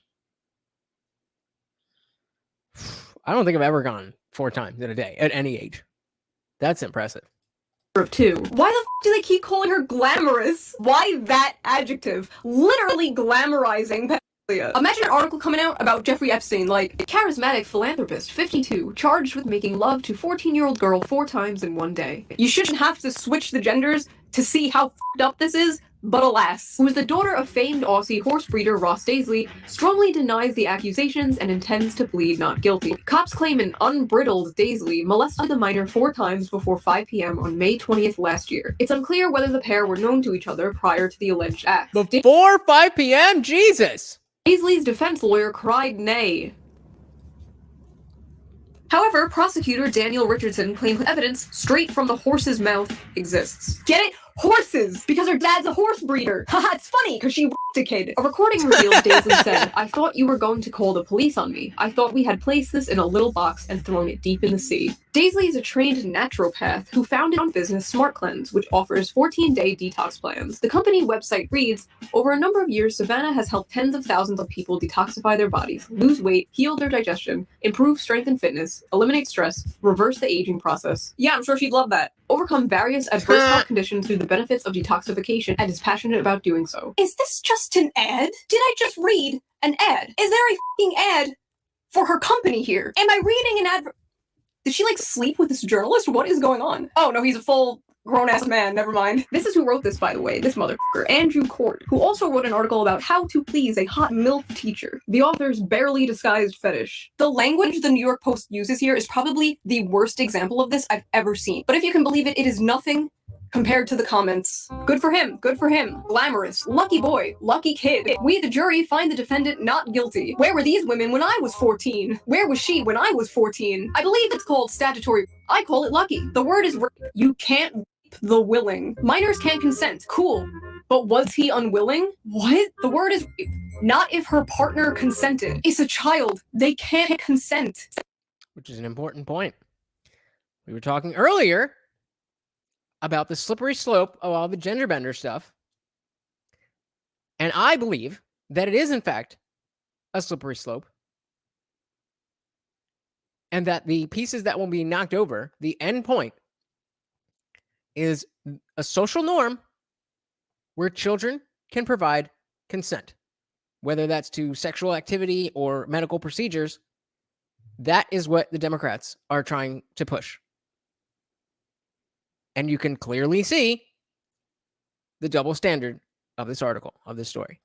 That's like the whole thing. Let's just assume the boy was willing. It's not if he enjoyed it. What the fuck? But did he die? No. So who cares? Did the boy complain? That 14-year-old didn't complain about it. I guarantee his parents. Yeah, good parents. I be a little. Sorry. An adult was touching my child too. What? He probably wanted it. He told her he identifies as a 47-year-old man, so it wasn't her. That's a little bit funny. Fault. Oh, brother, this guy stinks! Men can consent.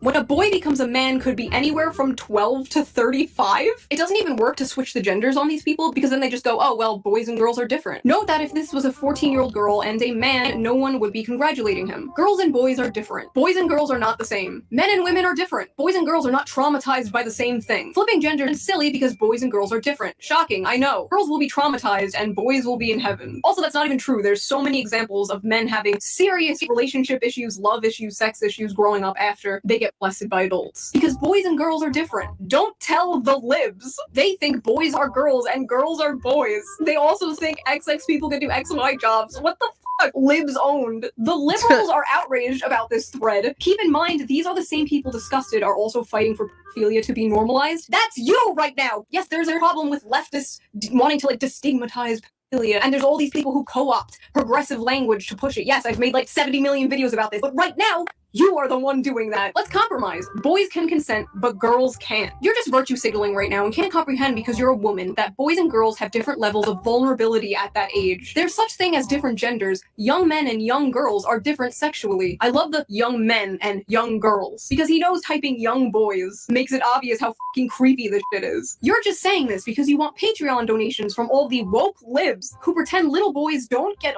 horny and are not different from little girls. This is virtue signaling. What a great. So we don't, I mean, does anybody think that this is okay? That not only that this happened, but the way people are reacting. We call the R word, we call it RPay on this channel. And there's every feminist will argue that we live in RPay culture, when in reality, if somebody is told to be an ARPist, then everybody automatically agrees that they are the worst type of person, unless she's a woman. Advertisement. If you don't support pedophilia, donate to my Patreon. No, seriously, this video is probably demonetized, so please do if you can. Link in the description. Listen, when Pirates of the Caribbean came out, I was 14 years old, and Johnny Depp was like in his 40s, and I thought he was hot. Girls get crushes on him all the time. Celebrities, pop stars, YouTubers, teachers. There are girls who would also want it. That doesn't make it okay. And then Lydia from Timcast chimes in, I've been yelling about this for so long. That's because you're a woman. There are radically different standards for male behavior and female behavior. What harms girls does not harm boys.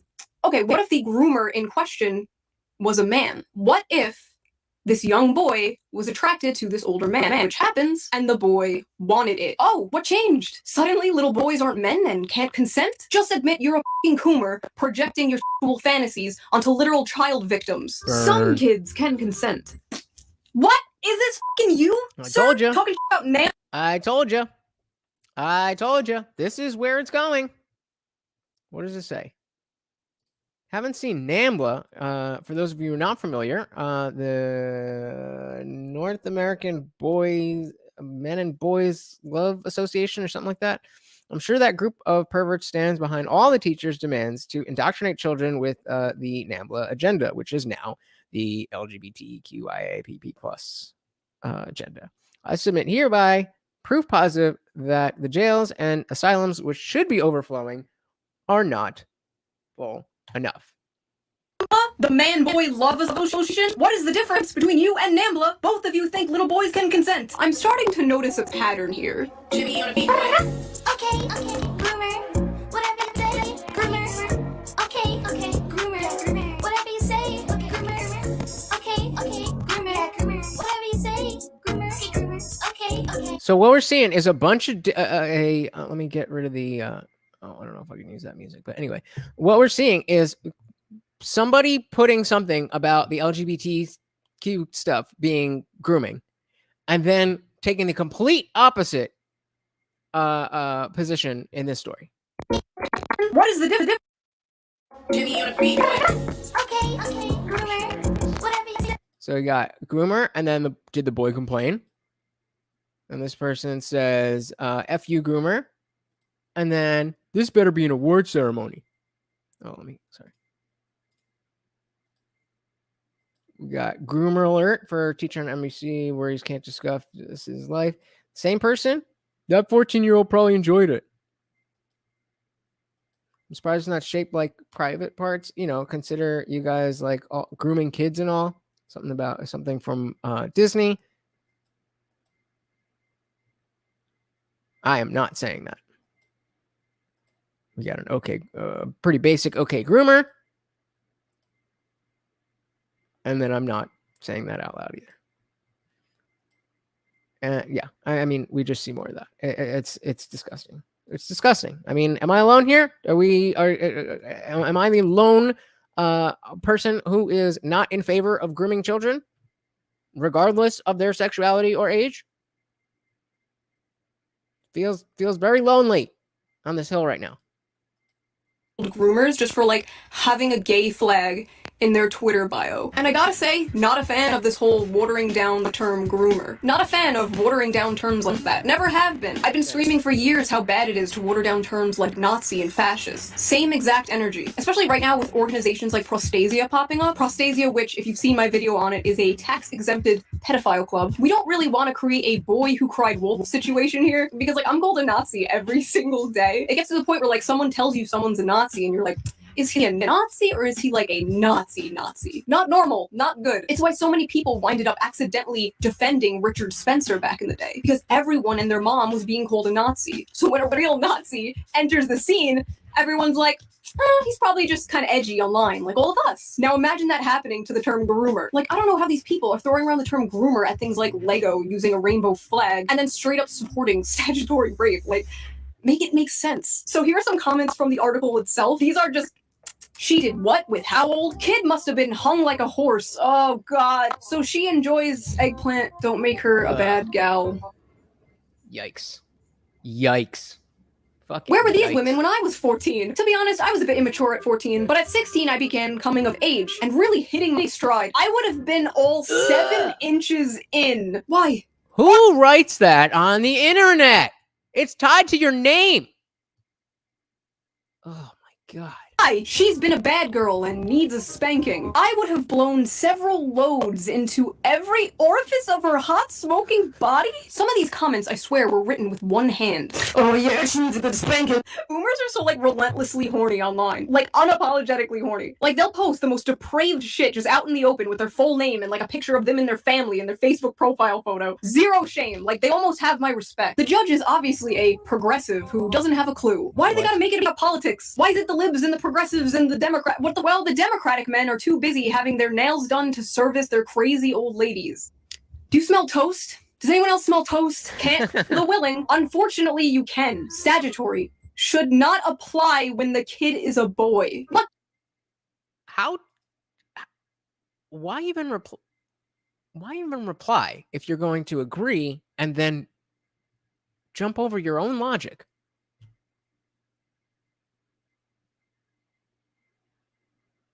I don't know what to say, guys. I don't know what to say. I don't know what to say. He kid should have kept his mouth shut. What's wrong with these Nancy boy kids these days? They don't know a good thing when they got it and are too dumb to keep their mouths shut. That kid should have been proud and shut his mouth. Where were chicks like this when I was 14? Why can't some guys keep their mouths shut? Can't believe the ungrateful kids snitch. These young boys these days are soft. I was sexually... Also, though, kind of facts. Like, it's terrible and horrible what happened to you. Yeah, let me take that back. Like a rabbit at 14. My lips would have been sealed. He probably told a friend who told a friend who told a friend. Kids really need to learn to shut up. If it's true that the kid did have sex with her, let this be a lesson to those thinking about having sex with someone under 18. Ah, finally, somebody normal. Yes, let this be a lesson. Don't do it, especially when you are boozed up. Teenagers don't know how to keep a secret. Oh, so it's not don't be a groomer because it's bad. It's don't be a groomer because kids will snitch. If you're like me and you're concerned with the growing normalization of pedophilia, you have to realize this type of coomer journey. If you are not concerned, then I don't think this is the channel for you.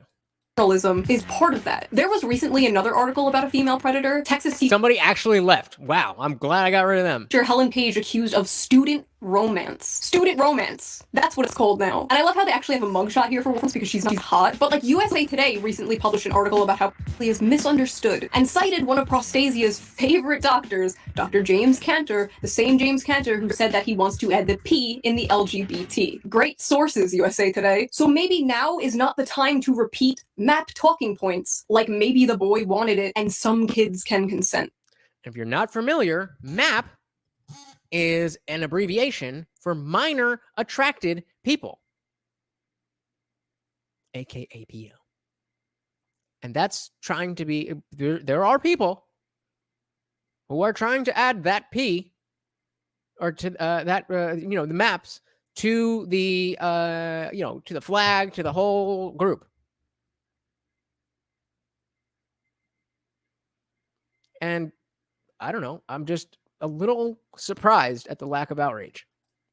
Now, just to be perfectly clear, I do not think the people saying this are all literal pedophiles themselves. I know they're just putting themselves in the kids' shoes when they were that age and thinking of all the teachers and the older women they had a crush on. But by saying things like this, you are pushing the rhetoric that kids can consent. And that's dangerous. That is part of the normalization. So that's the end of this video. I hated it. Have a wonderful day. And next time you see somebody... So, I mean, this is, again, this is something that didn't really fit into a lot of other topics that I was going to talk about for 5 straight hours. But, I'm trying to loosen things up a little bit and just kind of show you guys some stuff that I come across that is somewhat interesting, and whether or not, it's completely relevant to everything is not necessarily something I'm going to worry about too much, because there's just so much that I want to share with you guys. And again, not all of it fits into a little box.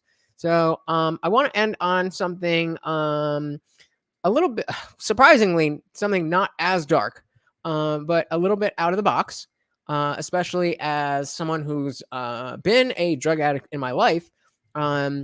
This is, again, something that I wanted to share with you guys, and just haven't really had a place for it. So we'll do this, and then we'll do panel time. Anybody who wants to come up, I will drop the link. And you are free to say whatever you want to say. That's in the terms of service, of course. Don't get my channel deleted. So without further ado, let's dive right in.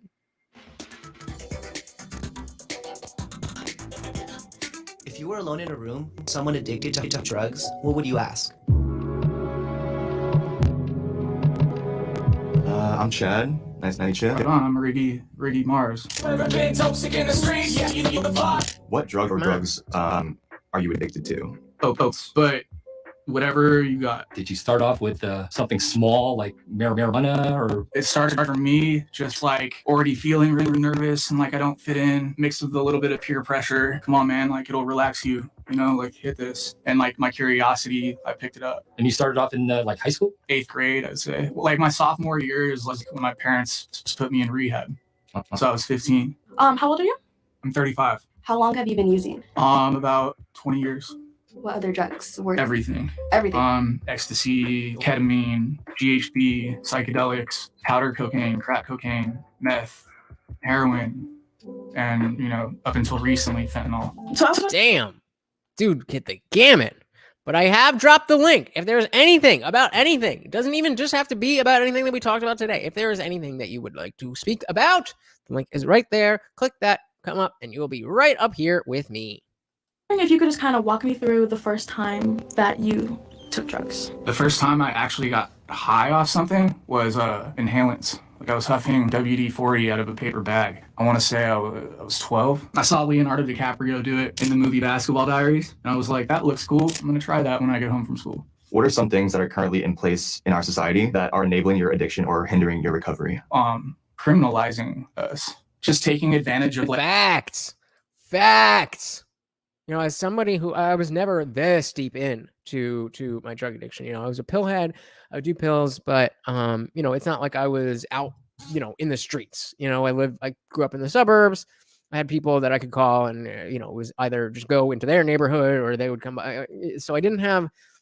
There definitely was a number of times going to pick up drugs that was dangerous. But point being, the criminalization in and of itself makes you feel a certain type of way and feeds into this notion that you are an addict, which is something that is lower, and it's a feedback loop.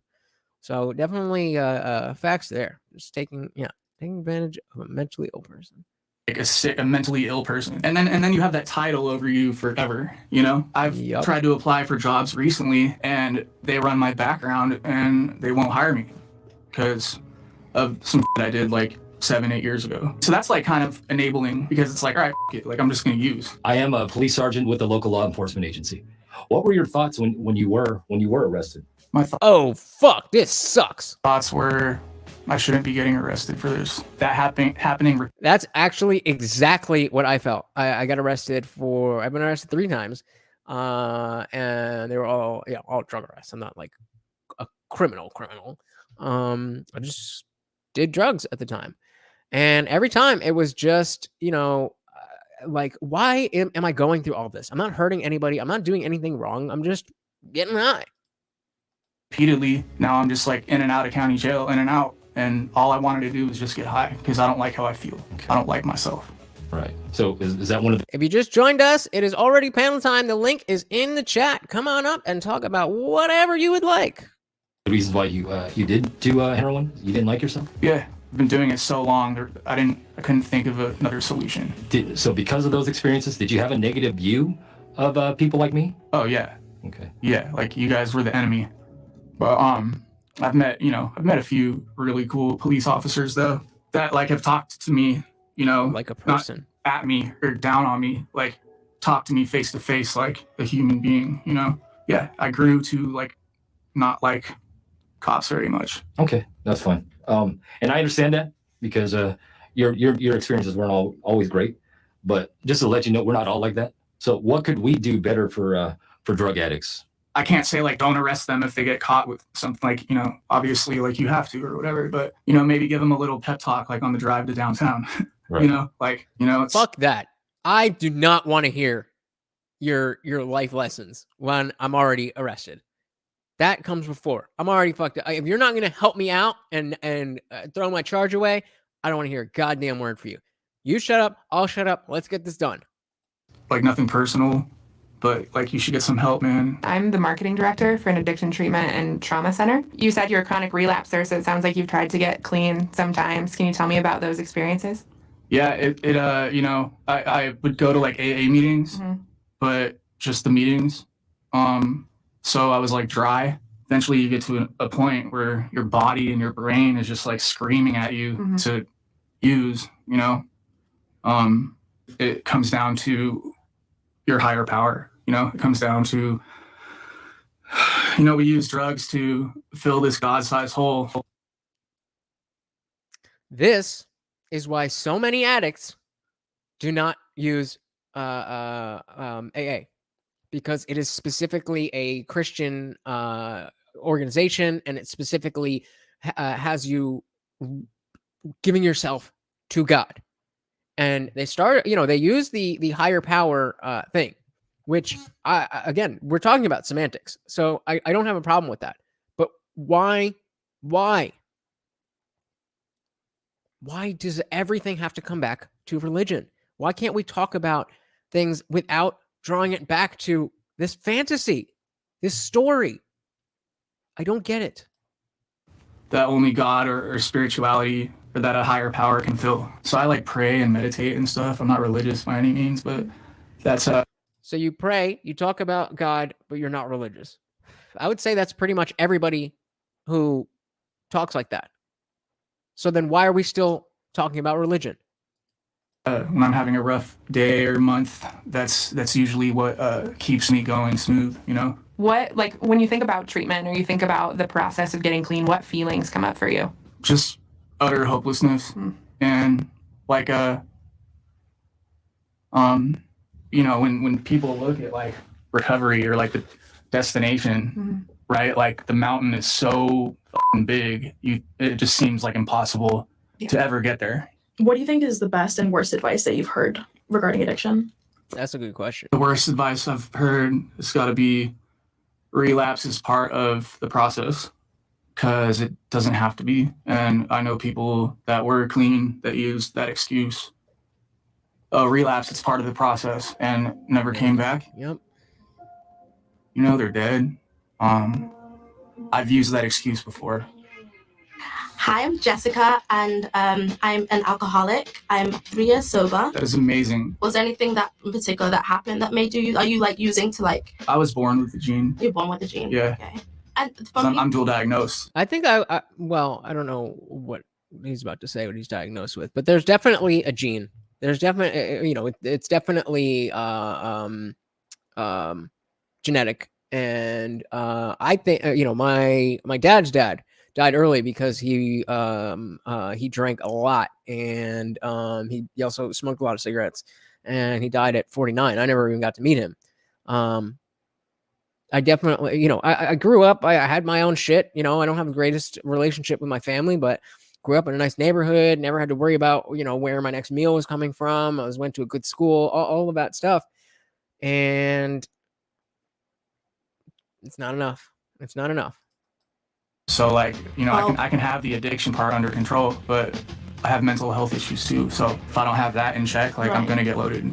I was also dual diagnosed with anxiety, depression, and alcoholism. So do you have a therapist now? I do. Okay, cool. Yeah, like I need all that outside help too. At one point I was like against like Suboxone and methadone. So yeah, for those of you who don't know, Suboxone and methadone are used to treat opiate addiction by minimizing the effects of opioid medication and withdrawal symptoms. So in the I've never been on methadone, but I had a roommate who you know, we started doing drugs together in college. Then we kind of grew apart, and like every single one of my friends that I was doing these kinds of drugs with, they all of them eventually graduated to heroin, and I proudly never did. But a number of years after we had both graduated from college, we you know, got in touch again. We started hanging out, and eventually we you know, we got a place together. We're not like, you know, two-bedroom. But I was still on the pills, and he was coming off of the heroin, so he had a Suboxone prescription, and I would you know, he had more, his prescription was more than he actually needed to take, so he would help me out so that I wasn't spending all this money on the pills. But what I didn't know was that even though Suboxone, if you take you know, enough Suboxone not to get the withdrawal symptoms from the pills, then, you know, like in that day, you'll be functional. You'll be way more functional than if you had taken the pills. But the withdrawal from Suboxone is a motherfucker. It is terrible. I eventually got back on the pills so that I would withdraw from the pills instead of having to withdraw from Suboxone. And so, you know, if you are in the place of your addiction where it's running your life, then absolutely Suboxone or from what I know, methadone will help you, because it'll a lot of times people just get stuck afraid of the withdrawals. They're that bad. And so if you can just get something that will address that, then that is at least off the table. And so now you're in a position to say, okay, I'm not going to get sick. Where do I go from here? But it's not it absolutely is trading one addiction for another.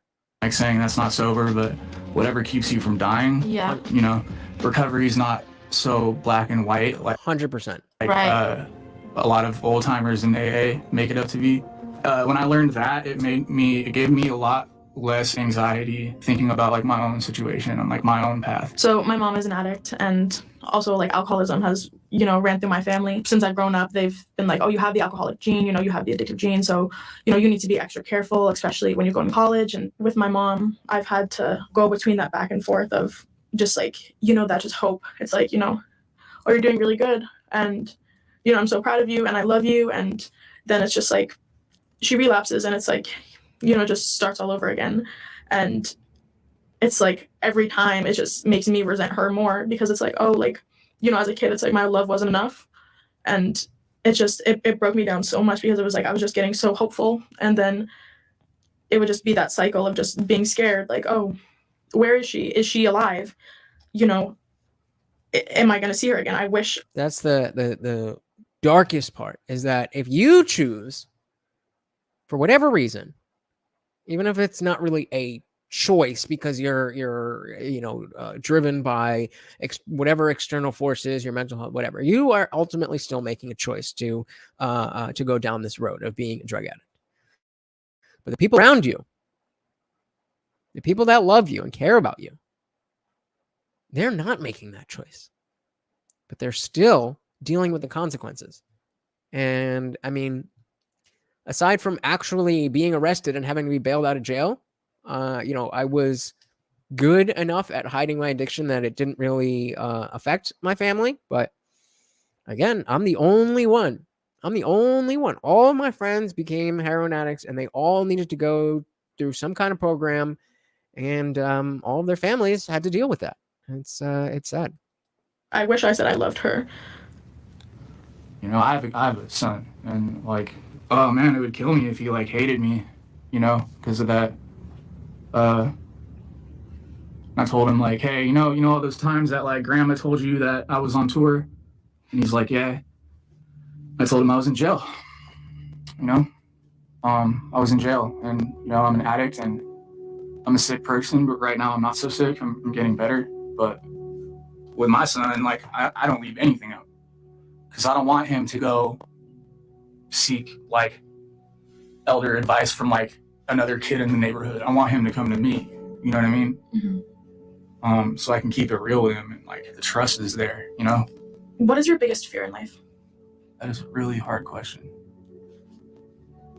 My biggest fear in life is like ending up alone. That used to be, I think that's a pretty common biggest fear. And I used to feel the same way. But now, as somebody who enjoys my solitude, when I was in the throes of this addiction, I think my biggest fear was, I probably would have said the same thing, but looking back, definitely my biggest fear was thinking that my life would never get better. I would never be able to get out of this cycle. And I did. So whoever's out there, whatever you're hooked on, have hope. Being like old and like living in regret. Is that also how you've found comfort in drugs? Yeah, I didn't care about any of that shit. It was just like it was something that was always kind of there for you. Yeah. When no one else was. Yeah. Yeah, exactly. Yeah. It was nice meeting you. Sure. So, went over a lot today. Not all of it was right in line with the theme, but like I said, we're trying something. We're seeing what works. We're seeing what doesn't. It's going to help me to be able to make some clips so that if you are if you're not somebody who's willing to sit and hang out for 3.5 hours, then at least you can get some clips. If there is, the link is in the chat. If anybody wants to come up, now is your time. Now is your time. But, going back to what we originally started with, we really got a look at how different people are approaching the way that they speak about things. And we can see that it's very easy to just get lost in your own your own ideology and to care so much about being right that you will dig in, and it's just not a good thing. It's not a good thing. So I guess nobody's coming up. I want to thank you guys for hanging out. I want to thank everybody who was here. Rebecca, thank you for coming to hang out. Jihad was here. Luke Hazley was there. We had Tyler. Jack was here. We had a bunch of you guys. Chris was popped in for a little bit. So I really appreciate you guys coming along this journey with me. I know it wasn't as structured as we usually do, but we're seeing what works. So if you enjoyed this stream, please give the video a like and definitely hit the subscribe button and make sure you ring the bell, because like I said, the replays are fun. The replays are going to be interesting. But if you're not here for the live chat, then you're missing the party. And who wants to watch a replay of a party instead of being there? That would be silly. And this is the party, and of course, the party continues 24/7. Down in the description, we have got the link for the Discord server where you'll always be able to get me. If there is stuff that you want us to talk about on stream, that is where you want to go. Also in the description, if you enjoy this, then you'll find my support links. Hit me up through Cash App, Venmo, PayPal, Bitcoin, all of that stuff. It is not free to do this, but you don't have to do any of that. It is absolutely free to like, comment, subscribe, share, ring the bell, all of that good stuff. Share this with a friend, somebody who you know cares about this, and it would mean the world to me. And we're just starting here. We're just starting. So tell all your friends, bring them back to the next party, and we're gonna get this going. Even if you don't want to give any support to the channel, it's totally fine if you just want to sit at home, think about how great I am, how awesome this channel is, and how much fun you had at this party. I am your host, Lutch, aka the Indian Jesus, here to resurrect the second coming of common sense. Until next time, I am out of here. Peace.